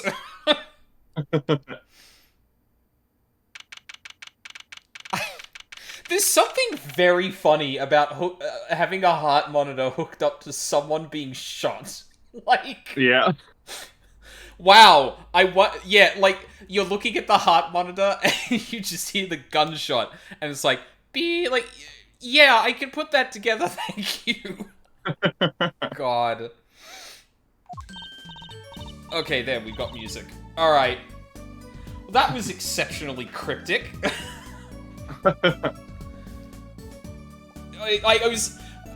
Oh my god, that computer system was named Mason. I was about to make a Mason what do the numbers mean joke, but I... Fuck. Yep. Named after the legendary lawyer Perry Mason. Yeah. Also, I was gonna make a... I couldn't think of the term I was looking for, but when it showed that picture of, like, 3 people and one of them being, like, shot, potentially in the air...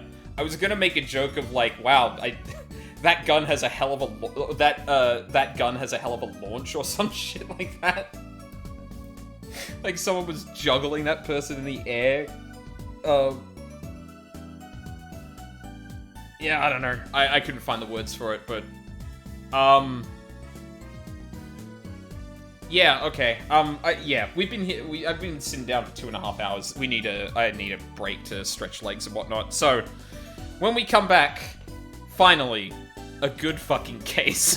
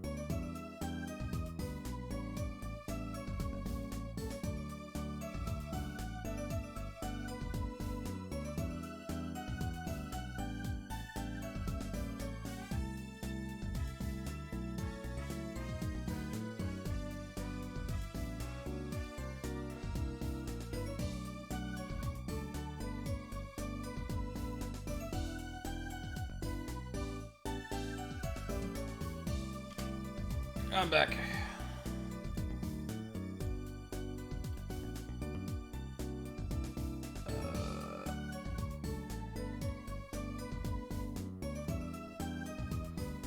Oh boy.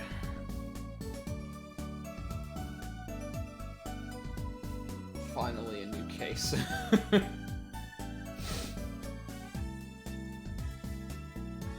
How we doing, Chad?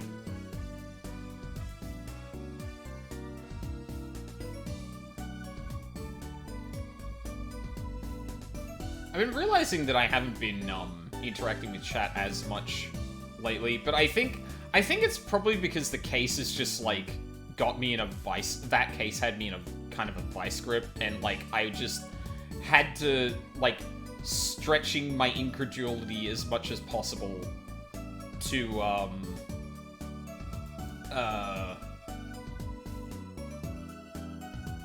just try and comprehend what the hell is going on. I'm alright, we're starting to move stuff to our new place. Hell yeah, Cookie. I'm glad that's going well. I'm back. Also, yeah, I'm really glad to hear that, Cookie. I hope that your new place is superb. Yeah. Alright, are we ready to get back to it? Yeah, we are. Hopefully the gas leak is fixed. This case has some goofy shit in it, but I think like it culminates in a very compelling way. Okay. I mean, yeah. Like, I want to be clear. Like, the particular brand of crap that last case was on is just like it's too far in my opinion. Like, I like again kind of meeting a game where it is because I think like giving it the best chance it can to kind of show what it wants to do is a good way to approach things. And like, you could do the goofy like twists in that, but like it's just it felt like it was nothing but that. And when it had nothing else but that to really go on, and the logic was just kind of not great in my opinion, is where it just kind of ends up falling apart, and I no longer care. It's Planet House should be in around 2 years. We've got a nice prefab that's not all bad. It's kind of like living in an apartment, right? Yeah, that makes sense. Jesus, yeah, there'd be a lot of building going on around you. Yeah. Yeah. Well, yeah. Hopefully that can be as quick as possible for everyone. Yeah, for real. Sending you all the love and all of our best vibes, Cookie. Absolutely. All right. Hey, Apollo, look on TV. Look. Oh, something I didn't mention before, though. I appreciate one of Darian's sprites is just looking to his right, like, directly at Apollo from the way we look around the courtroom. Again, Ace Attorney's always been pretty good at, like, utilizing its sprites to the fullest, and I'm glad to see that having more sprites is not preventing them from doing that, because this is a courtroom's sprite they've repurposed for this to make it look like Trucy's looking at a TV. Spinning phone thrown at Edgeworth, my beloved. Game? There we go. Yeah, kind of busy. Whoa, look at that! He's the last Grammary, alright? Amazing. Apollo, you should be watching this! Fucking explosion! Ow, ow, ow! What? I was writing about our last case in my journal. What do you think she was doing? Was she like punching his arm or something? Yeah, or like hitting her over the head with like her hat or something, I would bet. Yeah. Lawyers are supposed to write things in records, Apollo, not journals. And why now? That case was 3 months ago. Jeez. It's behind us. Move past it. Trucy, I'm gonna have nightmares about that case. She exploded him. Oh, yeah, burning knuckles. Sorry, that's what she did. Hey, it's a long story. I did a lot, you know? I want to vacuum pack the feel of the moment Sorry? I want to vacuum pack the feel of the moment for later. Right now, I'm wowing the crowd by figuring out how Lemoir disappeared. What? That's right. Uncle Valent did that illusion, too. Oh. What is he? Wowing the crowd by figuring out how Lemoir disappeared. He's just like, he's saying that that's the moment he's reliving right now. Like, he's trying to remember how he felt so he can immortalize it. Yes, right. Vacuum pack the feel of the moment. He's writing this journal. Yeah, okay. Yeah, got it. But you're missing him on TV right now. I was just getting to the good part. I suppose I should watch a little TV with her. After all, Father's expecting me to look after her while he's away. he's just a babysitter. Yeah, really. Do you want to take this? Sure. What you're now seeing is a rehearsal for the greatest magic show on Earth. Happening right here at our very own Sunshine Coliseum. Sunshine Coliseum? Hey, that's where the Gaviners concert was. Good old asset reuse. Mm-hmm.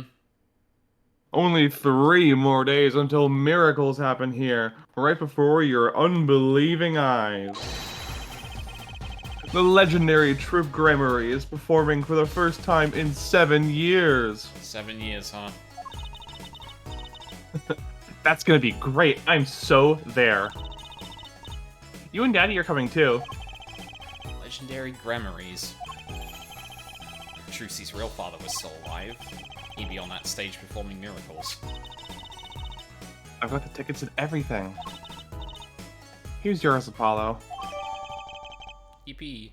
Tickets to the premiere showing of a Grand Illusion by magician Valent Gramarye. Oh boy. Oh. Ah, you are here. Working hard or hardly working?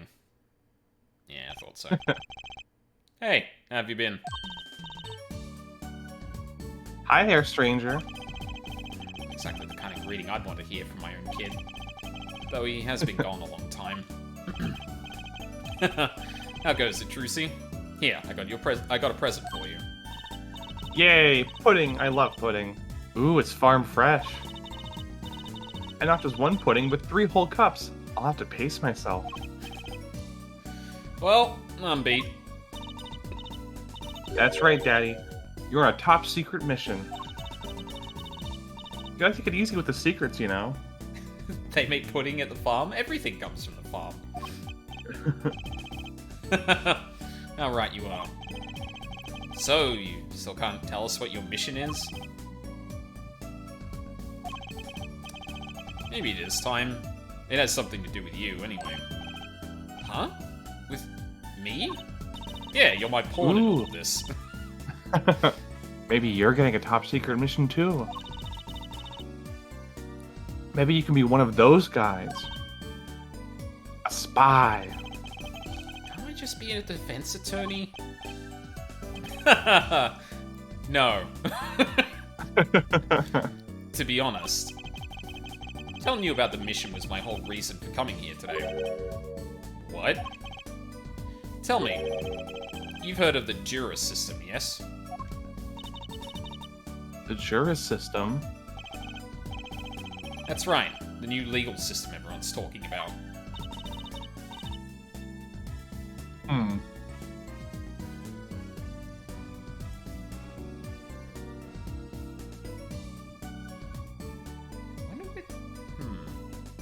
Is this gonna set up something in the next game? Have you heard of it, Apollo? Huh? Maybe? Maybe not as many people are talking about it as I thought. The Juris system, huh? The Juris system.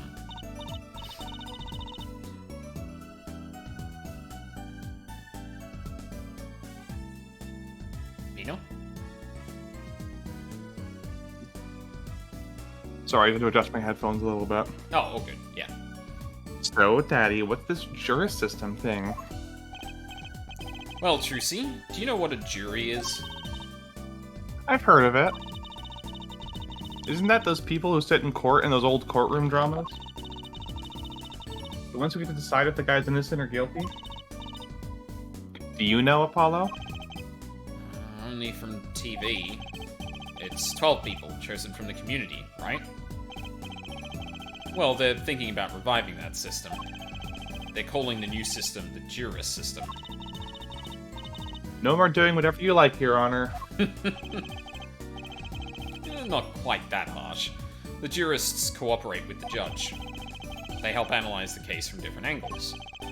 So, an important bit of cultural context is when this game was being written in 2006, 2007, yep. Japan, which up until this point truly did only have a judge trial system, yep.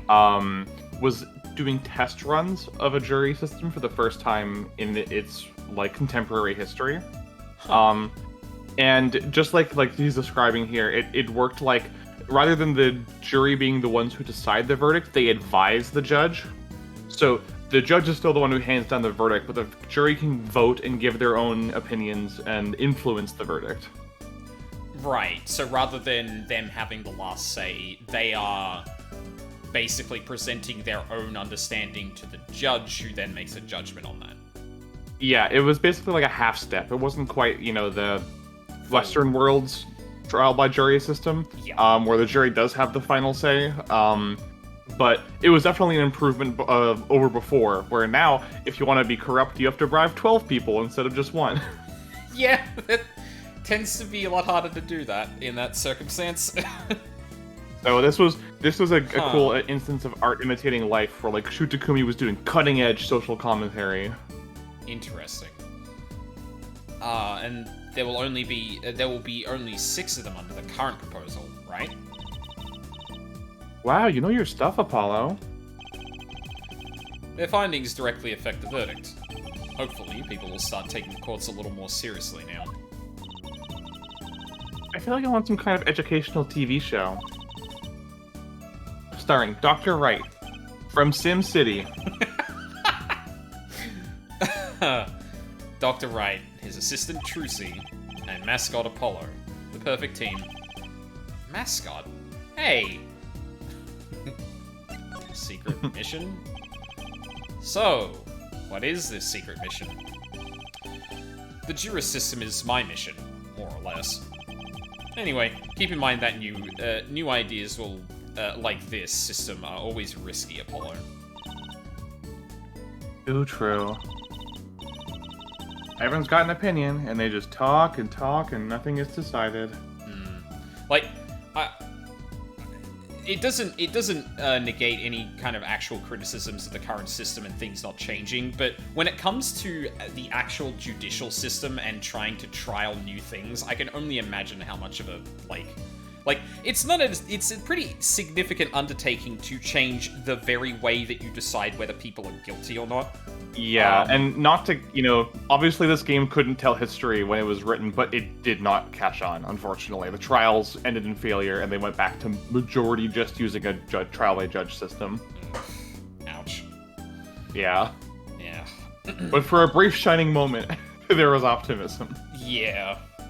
I'm kind of expecting that might come through in the games to come, but I don't know. Dark Age of the Law, baby. Yep. Kind of like you, Apollo. Not that bad. Am I? In any case, we're going to give it a shot. A test, if you will. I don't like tests. We'll take a case as a sample and choose 6 jurists. I'll be the one helping with that process, incidentally. Helping how? Well, for one, I'll be chair of the Jurist System Simulated Court Committee. Simulated? The chair constructs the ideal situation, choosing the case, the jurist candidates, even the judge in the courtroom. Hey, Phoenix, it sounds like you've got another singular point of failure for this whole process again. Wow, it's like you have a real job. I was never that good at the piano, to be honest. Once a lawyer, always a lawyer, I guess. Trial's tomorrow, by the way. Don't miss it. The trial simulation, that is. It's never confirmed in-game, but people like to headcanon that the reason Phoenix is able to do this despite being a lawyer who is disgracefully disbarred is because Edgeworth is pulling strings for him. Yeah. Yeah, I can see that. A simulation, huh? Sounds interesting. Yeah, I was gonna make a joke before about, like, I was gonna make a Somnium Files joke because of the whole, like, orange and blue motif, and then, like, it seemed like we were running things through a simulation or something. It's just kind of like, what the fuck are we doing here? Like, digitally processing shit? I have to assume it's a test and not, like, a simulation in the way, like, you would run things through a computer, because, like, that would be pointless, but then I don't know what this could be driving at. I guess we'll find out. Freya, yeah. So, what kind of case is the trial simulation about? Well, since it is the first run-through of a new system, I wanted something simple. Good thinking. No sense running yourself out on something too serious. True. The case is a murder. That's not simple at all. By simple, did you mean that the defendant is... Guilty, yes. Most likely. So, good luck, Apollo. With what? With the trial tomorrow. You're defending, of course.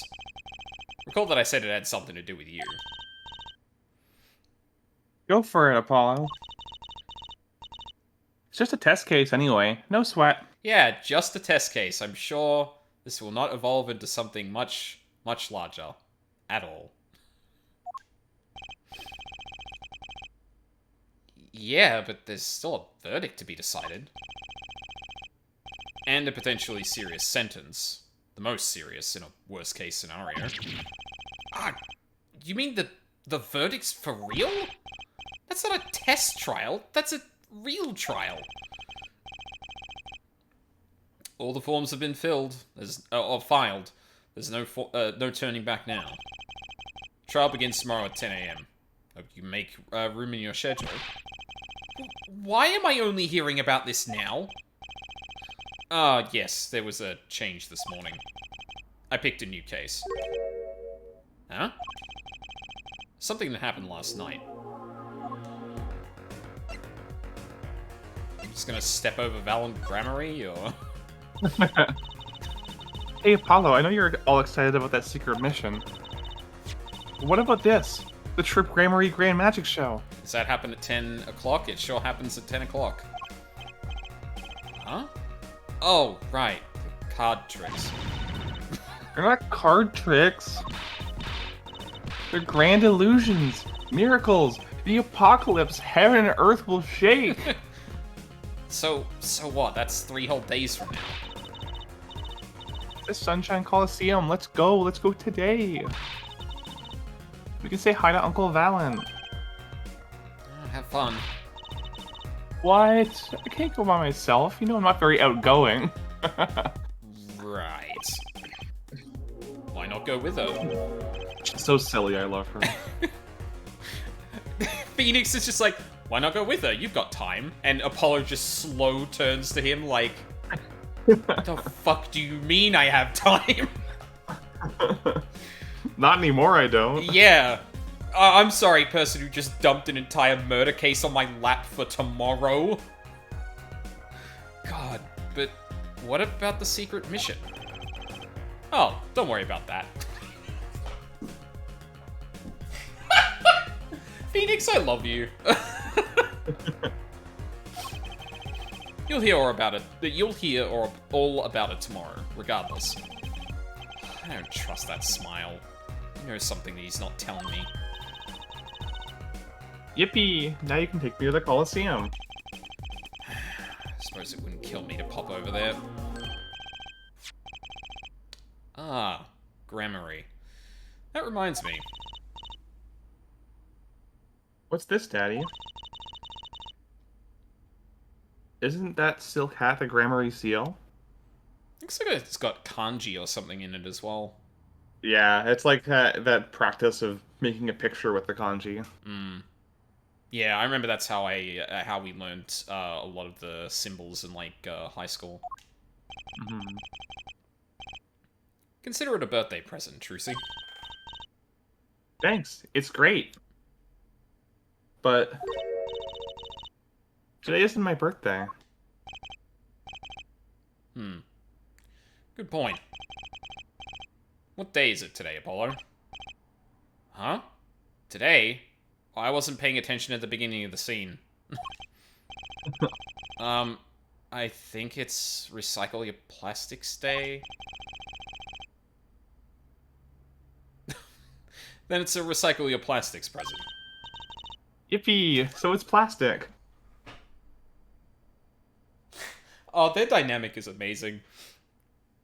Yeah, they're so cute. I've given up trying to understand them. It's much easier that way. So what is it? Oh no, that's you. Oh no, that was Apollo. Okay. So what is it? Can I open it, Daddy? No. Wow, that's the most serious we've seen him the entire game. Huh? You'll need that envelope someday. Someday soon. Don't open it until then. Well, why didn't you just hold on to it until then? Because that would be the logical thing to do. Envelope from Mr. Right. Do not open until the time is right.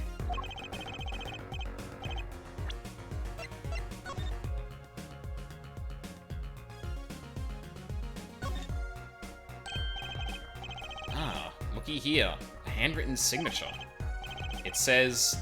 I can't read it. That seems odd to me.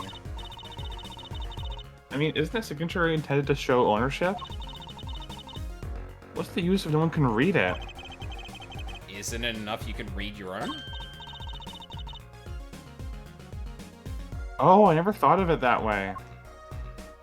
I mean, realistically, only one person needs to actually recognize it if you're signing it for someone, but... Okay. That's, thanks, Phoenix. Cryptic as ever. What a mysterious Jogo. Mm-hmm. An envelope about the Gramarys, huh?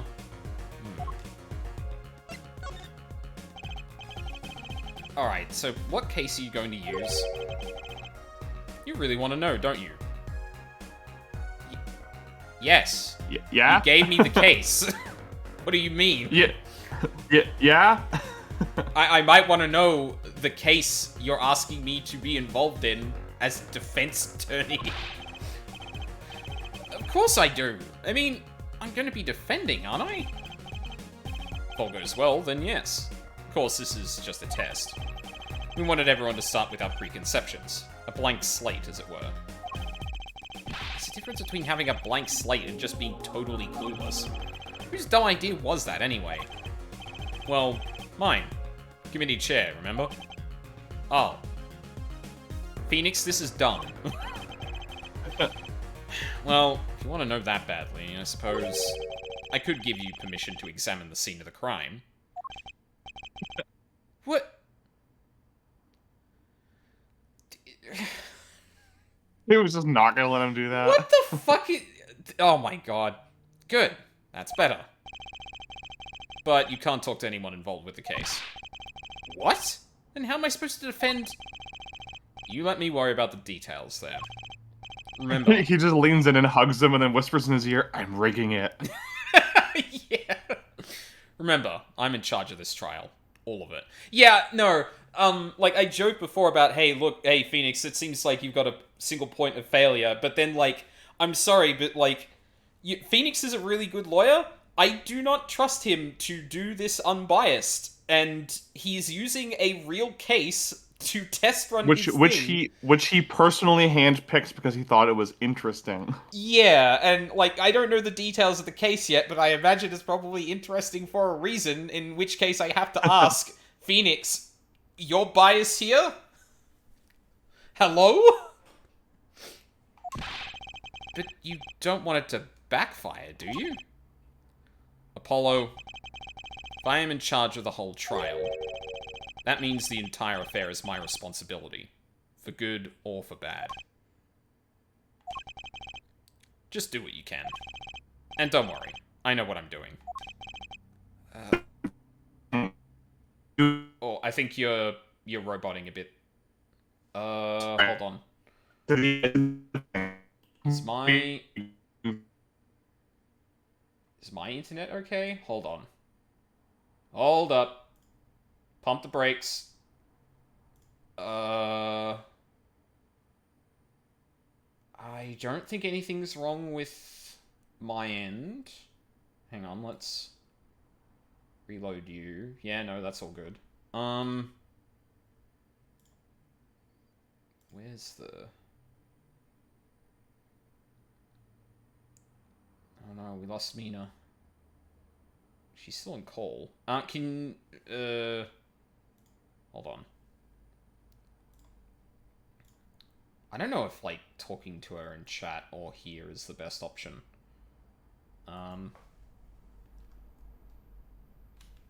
She might have, like, completely disconnected. Hold on a second.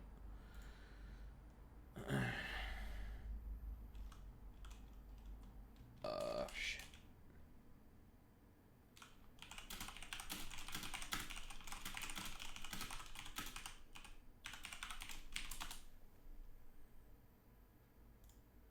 Hello?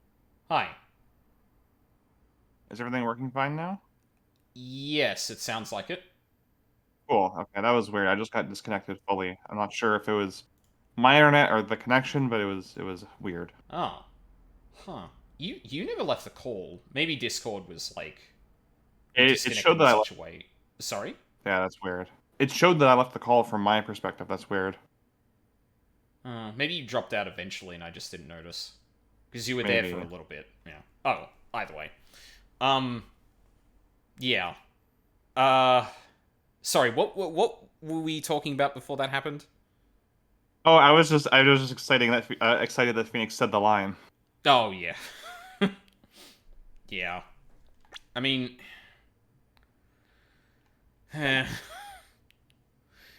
all right. I'd recommend going down to the detention center. Your client's waiting for you. You can ask about the scene there. But you just said I couldn't talk to anyone involved. Oh, you can talk to your client. Phoenix, I think the client would be included in everyone. If you can get her to talk. Ah. Well, time's a-wasting. I suppose it is. But wait, are we going to the Coliseum first, or... That's up to you. I guess we can go to either. Detention center first. Type 7 detention center.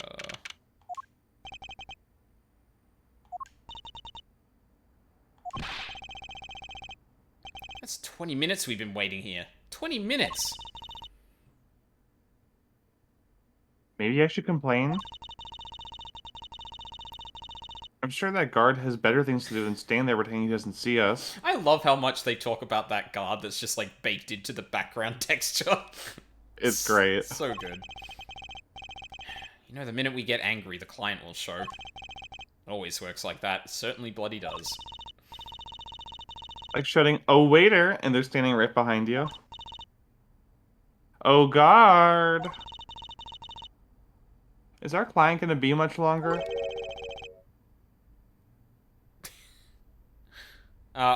You've taken most of the guards, I'll take this one. Okay. What are you talking about? Haven't you already started the meeting yet? Huh? Oh. Jesus Christ!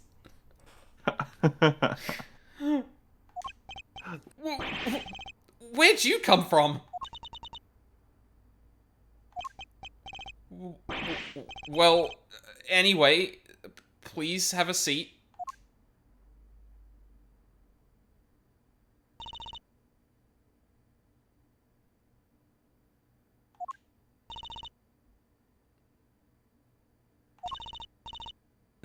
I'm nervous, Apollo. It's the silence. It builds suspense. Why don't you do something, Trucy? You're a magician, aren't you? What the fuck is that supposed to mean? That's right. Okay.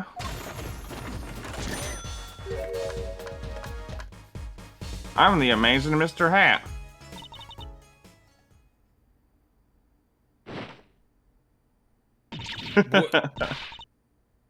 She passed out. She was also the woman we saw faint in the middle of court, from memory. Yeah. These are the vapors. Miss Magic Underwear might have been a better bet. That's Magic Panties, Apollo. Copyright Trucy Wright, 2025. Yeah.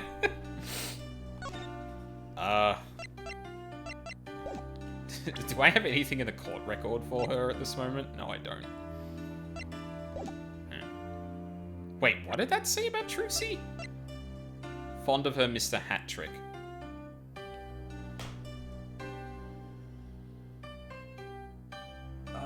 Hat Trick. I think that's meant to be a pun. Yeah, probably. Sports joke. Yeah. Hi. Well, I'm your defense. I really think it has to be fate, you know? Apollo? And by fate, I mean destiny. Did you know I'm good with astrology?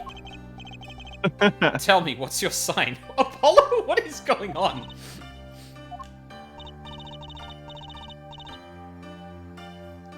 I can tell you mine if you'd like, Apollo.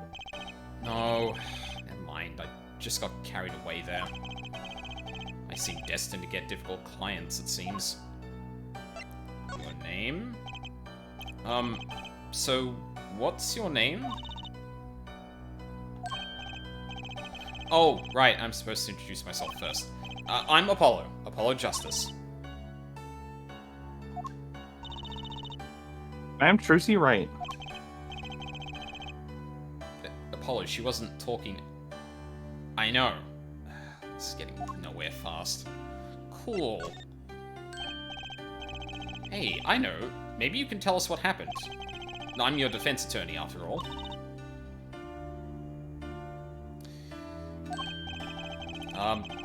Anything out of the ordinary happened lately?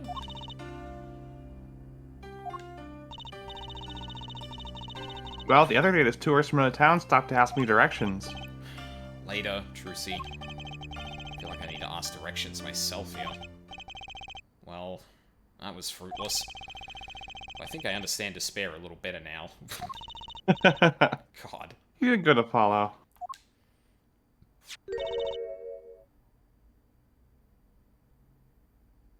Uh-huh. Look, she's doing her nails. What? And then Apollo says...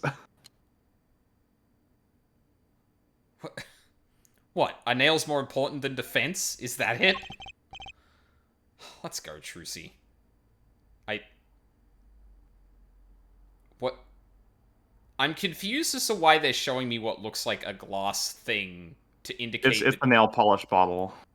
Oh. Oh, okay. It being entirely crystal and not, like, clearly filled with liquid, I think, is kind of throwing me off there. I thought that was literally a hand statue or ornament or something. I'm like, what the fuck? Some Yoshikage Kira bullshit. Yeah, really. Is it okay if I take her? Yeah, sure. Excuse me. Did you read this? Sure. I feel like a teenager on a first date.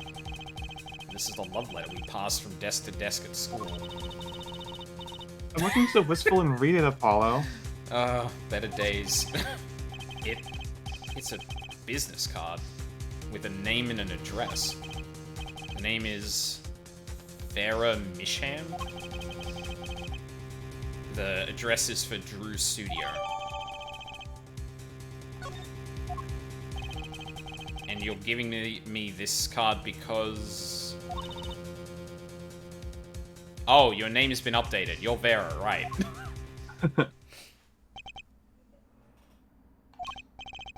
Well, looks like we're finished here. I wonder if Drew's studio is the scene of the crime. One moment.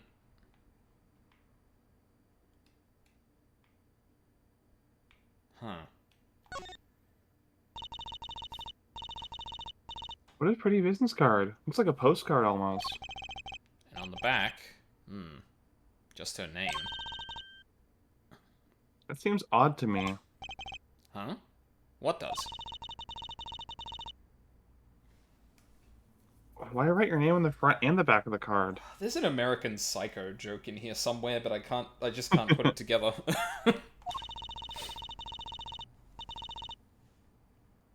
Why not use the space on the back for, like, a self-portrait? Or at least a caricature?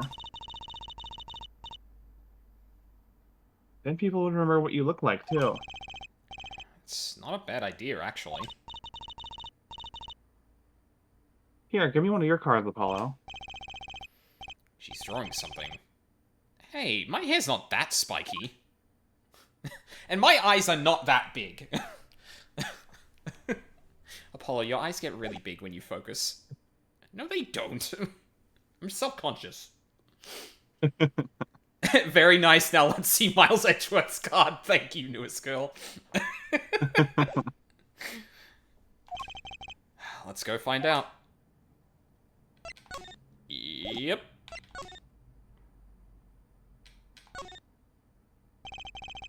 Same old security guard is glaring at us. He winked. Maybe he's not such a bad guy after all.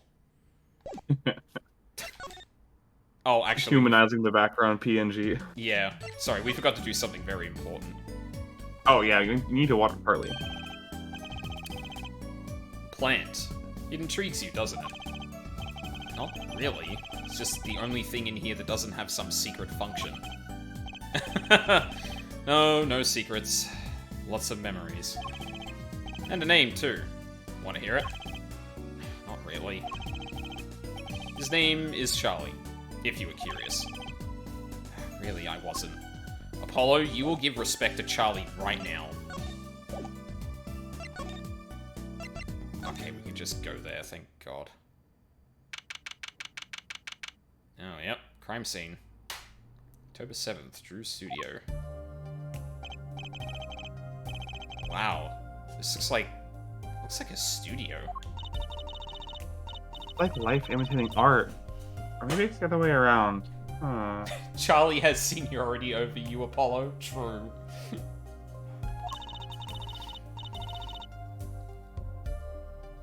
But the tape on the ground there, a bit jarring.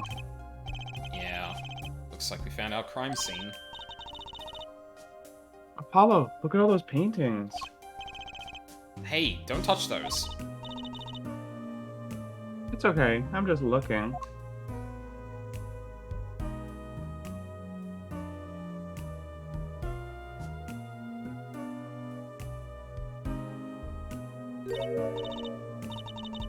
Huh?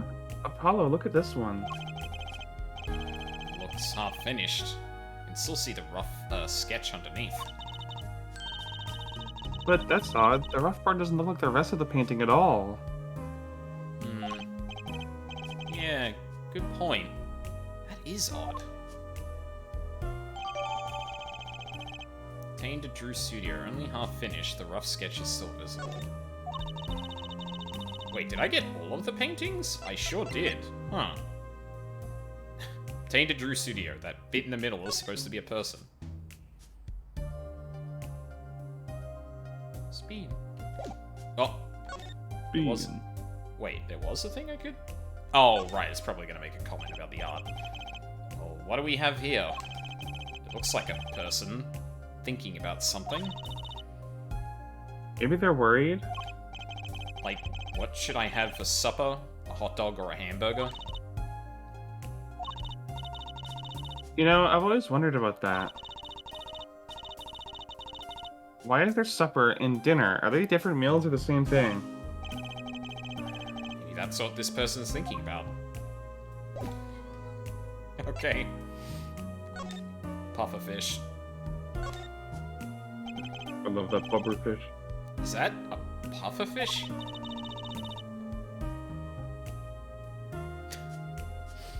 Apollo, that's clearly a porcupine fish. They're not the same thing? You know what gets me? They have all these needles, right? But what's protecting that soft spot in the lower belly there? Nothing. Must remember to keep Trucy away from small round fish. Okay. Oh, actually, I should spin around. And then...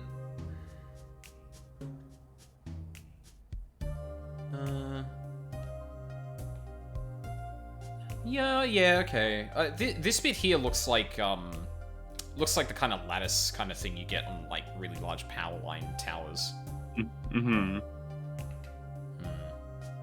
The pufferfish. Oh, look at this painting. You can still see the rough sketch.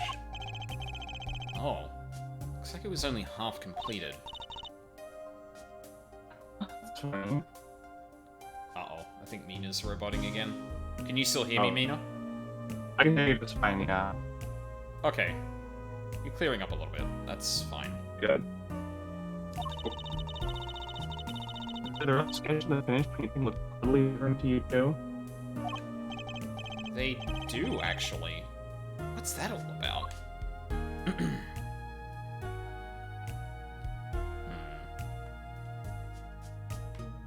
Nothing else to really... Yeah. Alright. I think we did that line, right?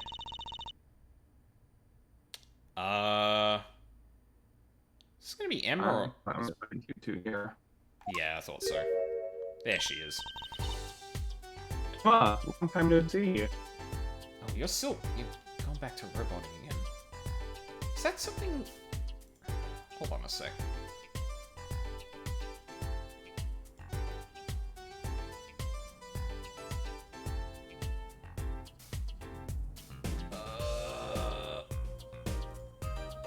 What's going on? You still there, Mina? Yeah, I'm still here. Okay, there. I wouldn't put it past Discord being a bit weird, but if you can hear me clearly, that... Yeah, I can hear you just fine. I think it's probably a problem on my end. I don't know what's been up with my internet lately. Can you just give me 1 second? Yeah, sure. Absolutely.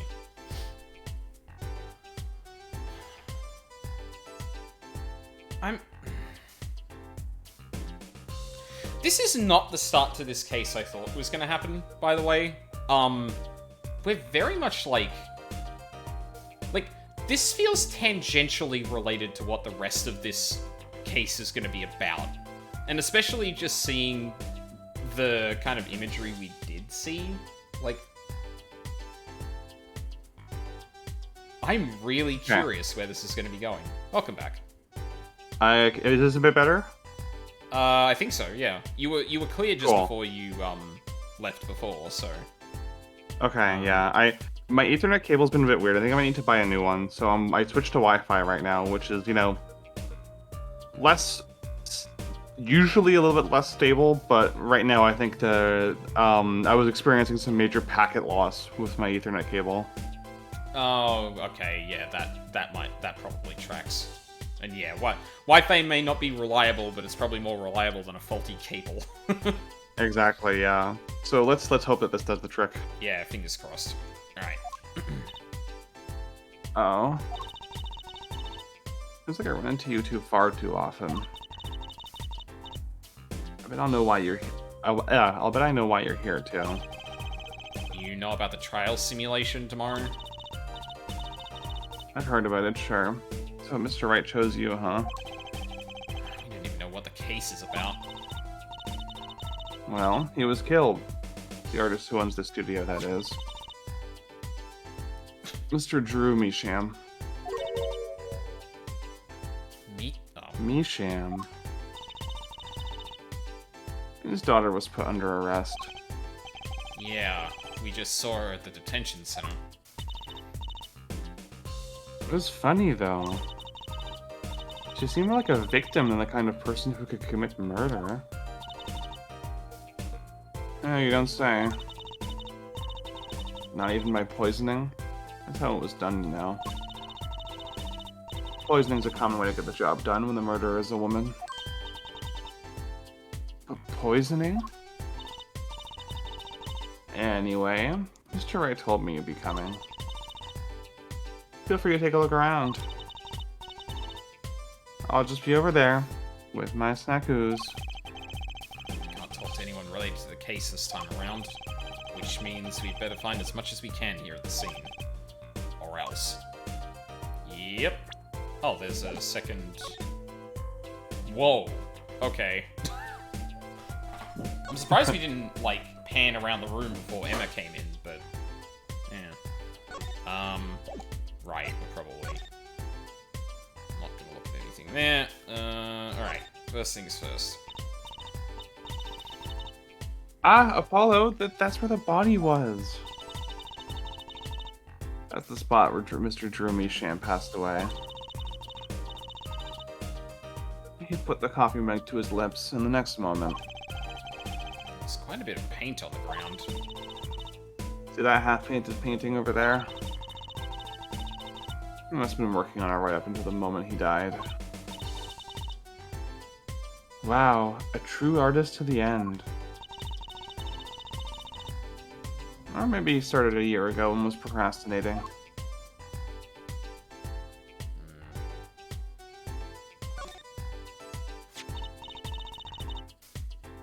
Ah, that's the victim's coffee mug. Aha! So the poison was in here.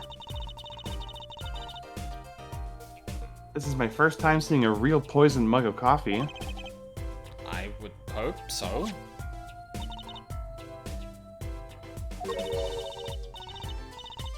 Poisoned coffee? Not exactly, actually. What do you mean?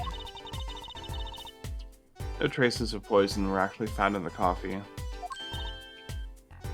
What?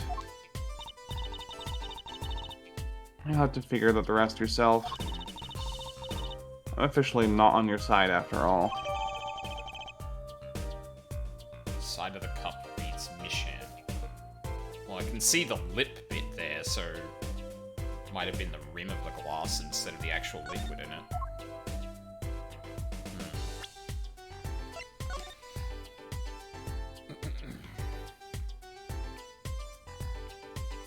Yep. I can't spill this coffee. Hey, look there! That stain doesn't look so healthy, Apollo. That must be the Blue Mountain stuff we've been hearing about. The what?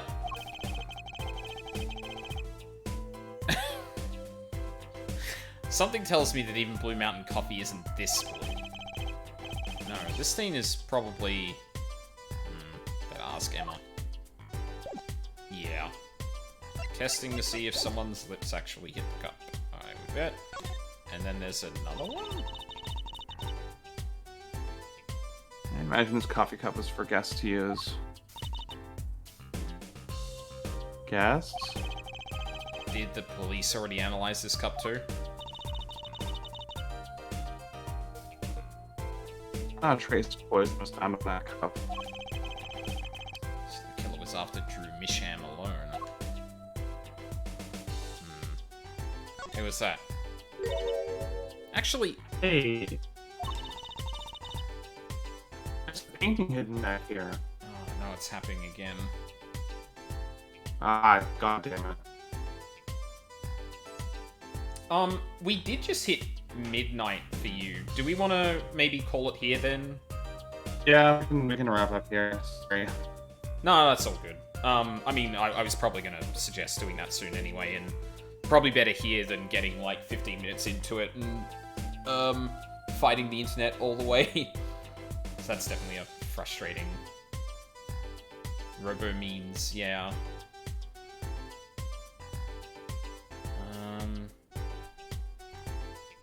Yeah, I checked a couple more. So you can still hear me fine, is that right, Mina? Up until, yeah, so it just disconnected me, and I could hear it up until like a second ago. Okay, but you haven't really heard, like, roboting from me specifically, have you? No, it's been fine, but sometimes I do get like a yellow exclamation mark next to your name on Discord. Huh. I mean, it could be me. It could be one of those things where, like, my connection's running a bit slower, and because I'm streaming at the same time, it's, being a bit weird. Yeah. I wouldn't put it past it. If it's marking me on Discord as having, or, like, in that way, it wouldn't surprise me if there's just, like, some odd connection issue, but... Yeah. Oh, either way, I think this is a good place to leave it anyway. Well, the bad case has been defeated, at the very least, so that's good.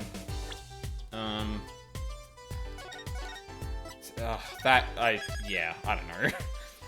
I don't know what else to say about that case. It's a lot. Whoop, no, I don't want to... No, I guess, yeah, sure. 11 seconds later. Oh, shit. No, I wanted to go to the... Did I hit exit game and not main menu? I probably did. Whoops. Weird hill to die on, but at least it's dead. Yeah...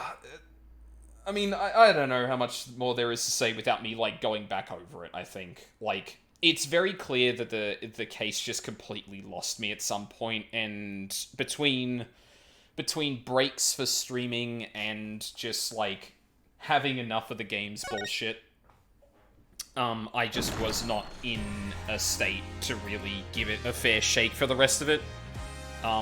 Hence, like, jumping to some weird conclusions here and there, but... Totally understandable, to be TBH. Yeah, it's definitely one of the worst cases I've ever seen in the series, so... Dude, my eyes glazed over 5 twists and turns ago, yeah.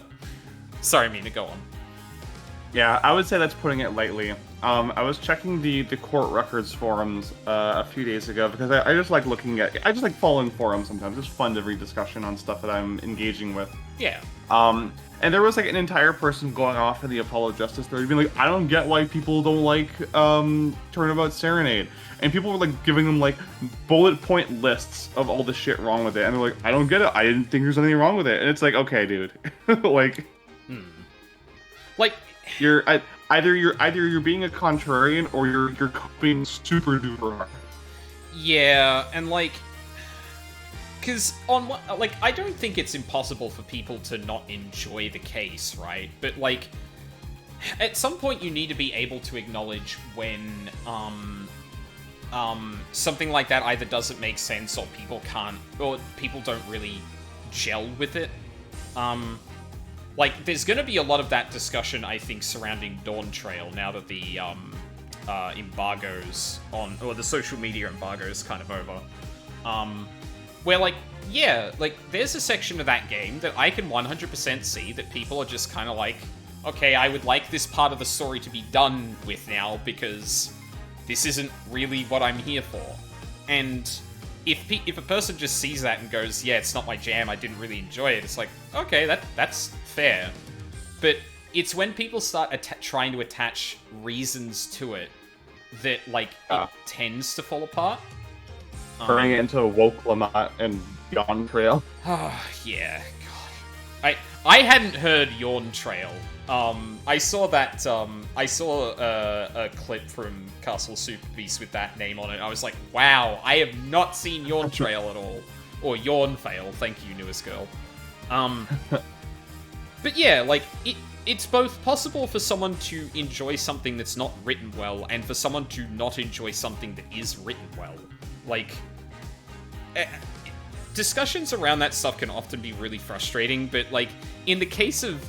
And I totally get why, because, like, you know, like I said before, I try and meet a game where it's at. My suspension of disbelief, I think, is, like, pretty fucking strong, honestly, and I will go along with all the game's bullshit. But, like, even I have my limits. So, if someone else has a different limit for it, and is just like, okay, I don't care anymore, and starts, like, you know, not paying attention to the story as much, or starts, like, you know, or their focus kind of wavers and their recollection wavers because, you know, they're really not interested in what's going on. Like, it's both simultaneously perfectly valid to have just gone, yeah, I kind of stopped paying attention and the rest of the story didn't gel with me as a result of that, but also that doesn't mean that it's not possible for these things to join up in a way that can make it enjoyable for someone. And I don't think I've ever been in the position of being in that state in a very long time, especially since I've tried to give games more of a shake and haven't been as, like, cynical with, like, you know, years and years ago when I was, like, not really doing many story games even. So, like, I'm really curious to go back and look through that, but, like, even then, even if I could grant it, like, okay, upon reflection, it's not as bad as it was. I think it's perfectly valid, regardless of the outcome of that, to say, this case completely lost me, and it lost me when it was not answering really obvious questions, it was going down incredibly strange lines of logic given the circumstances, and then it just started twisting and untwisting everything it presented me.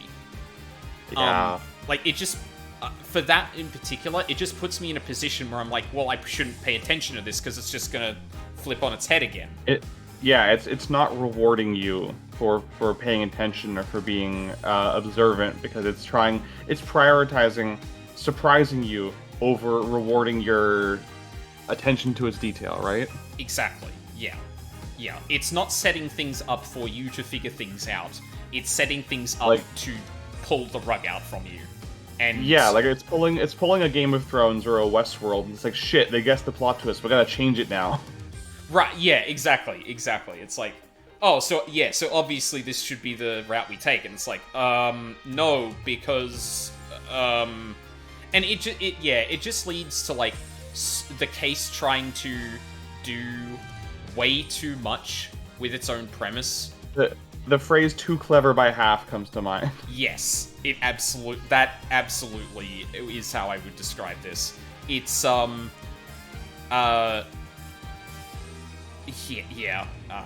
it's very precious. Yeah. Yeah, man. It's the kind of thing, like, when was the last time I got this upset at a story beat? Honestly, it might be P5 Strikers. There was a bit, I think Sorry, go on. The Snow White stuff? Yeah. Yeah, that shit's bull. Shit of the bull variety. Yeah, and, like, the thing that really shits me is that I felt like that was actually one of the most compelling villains in that game, and then it felt like they had to contrive a way for it to not be, Pride, specifically. Yeah. And the only way they could figure to do that was to rely on fatphobic tropes that undermines previous characterization of that character. It's so strange. Oh, no, you know what, Cookie? You're right. It was Bayonetta 3. Bayonetta 3 was the last one. Yeah. Sorry, go on, Mina. Yeah, like, Strikers is such a weird example because it's like, the character is, like you said, like, so cool and interesting, and then they just hit you with, like, vicious fat phobia. Like, it's not even like, haha, you know, this character is fat. It's like, we are going to make this character fat so we can make fat jokes about them. Yeah, yeah, and, like, that is the only textual reading that can make it greed as opposed to pride, and it's just like... Gluttony, you mean? Oh, yes, gluttony. Sorry, yeah, you're right. Greed was, the one before that. The guy that was seeking fame. The author that was seeking fame or whatever. Yeah. I gotta finish that game someday.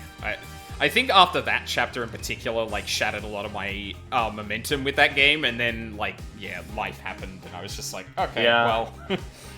That's fair and valid. Yeah. It's a good Musou game, but god, yeah, like, the story is not nearly as clever as it thinks it is. I mean, yeah, I haven't gotten far enough through it to really, like, put all the pieces together or anything like that. Like, I don't... Honestly, that game also I have issues with the way it melds Muso and Persona, because it feels like if you go into a battle without... But if you go into a battle without the right team, you don't lose fast enough for that to feel like okay, I just need to try a different team configuration. Yeah. But then you're depriving yourself of interesting mechanics by having a bad team, so it just turns the entire thing into a slog you either have to deliberately kill yourself to get out of, because the game's not going to do it very well for you, or you just have a boring experience. It's... yeah. Fingers crossed an FF Warriors game one day. I could see that. I'm surprised they haven't. Like, the Dragon Quest Warriors games did really well. You would think that they would want to cash in on the Dissidia adjacent hype by doing a Final Fantasy Muso. Yeah, well, yeah, like a Dissidia Warriors thing. Because, like, that's the most obvious kind of strain of Square Enix to pick from to just make a game out of that. Like, that just seems to work. Yeah, just make a game out of the cutscenes at the beginning of every Dissidia game that show all of the Final Fantasy characters jumping into a huge battlefield against each other. Yeah, absolutely. Like, Dissidia has cutscenes that are literally just that. Yeah.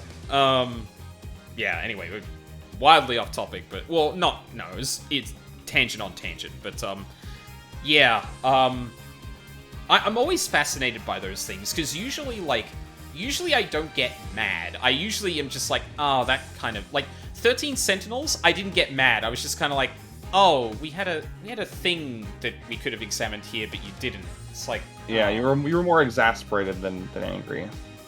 Yeah, well, I don't even think I was... well, I might be speaking myself here, but, like... Yeah, it was just kind of more like disappointment than anything else. But, yeah, like, this, Bayonetta 3, and Persona 5 Strikers are, like, 3 kind of clear examples in my mind of me actually getting angry at a story and the way it's progressing. Because I remember you got really angry in Nirvana Initiative after Ryuki shot a bystander. Yeah. Because you thought nothing was being done about it, but it like you found out later the context behind it, and you're like, oh no, actually that's really brilliant.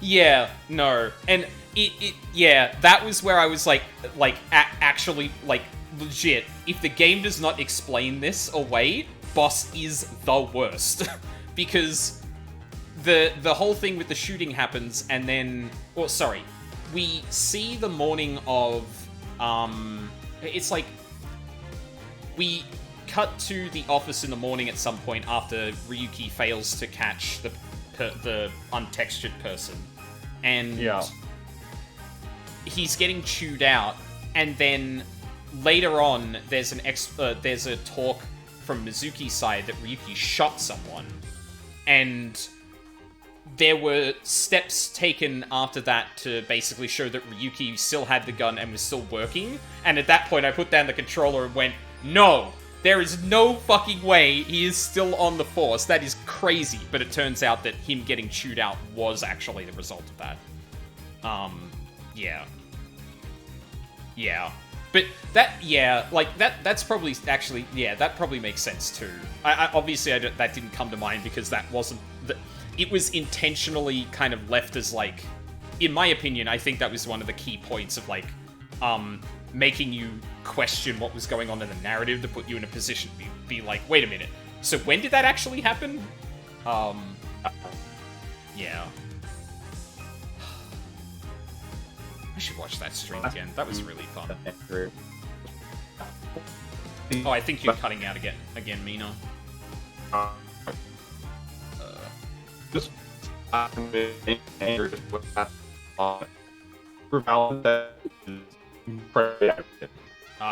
sorry, I couldn't catch any of that.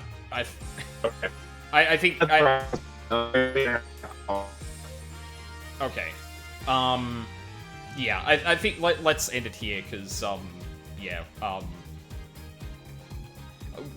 let Mina say bye before like the internet just completely cuts out. Okay. So I think we're doing Savage rating tonight. Pretty sure Sunday was our other day, so that's probably going to happen today. Probably going to happen again on Tuesday. I mentioned yesterday that I want to try and do a Path of Exile stream where I have more of a frequent break schedule compared to my usual streams. I found it a bit difficult to go back to streaming after work because I really need to rest my eyes and make sure they're okay, but that means I need to step away from the computer like every half hour on the dot. So I want to try and do that with a game that I can break up in that way. It'd be a good test run for that. Mm-hmm. So yeah, there's probably going to be some of that. I can't guarantee there's going to be much during the week either, because I had a little bit of conjunctivitis, and I'm getting something today that should fix that. But I also want to make sure I give my eyes rest and time to recover, which means probably being light on streams outside of those two things. So that'll be what's happening during the week. Next weekend, Saturday, I'm considering doing... Oh, sorry, go on. Yeah, I was just gonna say I might need to step away next Saturday as well. I'm sorry to take another break right after we came back, but No. I think I have a family function that evening, so we would have to delay. That's all right.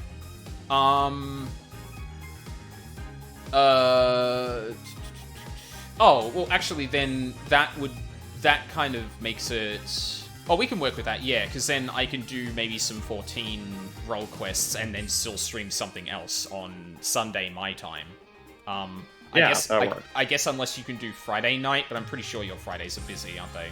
Yeah, my Fridays are pretty busy. There's a chance that my plans could cancel, but as of right now, it is booked. Yeah, no. I wouldn't want you to... Yeah, no. We decided on your Saturday for a reason, so, yeah. Okay, so then that's probably the plan for next weekend. We'll do some 14 role quests one of the days, and then we'll start something new on the other. You know what? I'm just gonna say it. I want to start playing Paranormasites. I've heard good things about that game from people. I've heard really good things. Yeah. Yeah. From people whose opinion I trust on that, so I haven't looked too much into it. Oh, sorry, go on. And dovetailing into our earlier discussion, it has a really good fat character in it. Oh, hell yeah. Yeah, God knows we don't have many of those. Not nearly enough. Yep. The Dulia Chais of the world are unfortunately very few. But that just makes us cherish them all the more. Exactly. Yeah, so I'm going to start that next weekend. Yeah, and then, that's plans for the week. So yeah, probably going to be flaky during the week is the vibe. Do we have anyone streaming? I was keeping an eye out before, but I don't think... Because I don't think Luca ended up streaming. No worries, Cookie. And yeah, I hope everyone enjoyed. I know it can be a bit exhausting sometimes watching someone, like, get exasperated over a story. Like, even though that can be entertaining, I also understand that, like, grinding things to a halt and then being like, no, this is stupid, this is dumb, and I'm going to explain all the reasons why, can be a bit tiring. So I hope people still had a good time.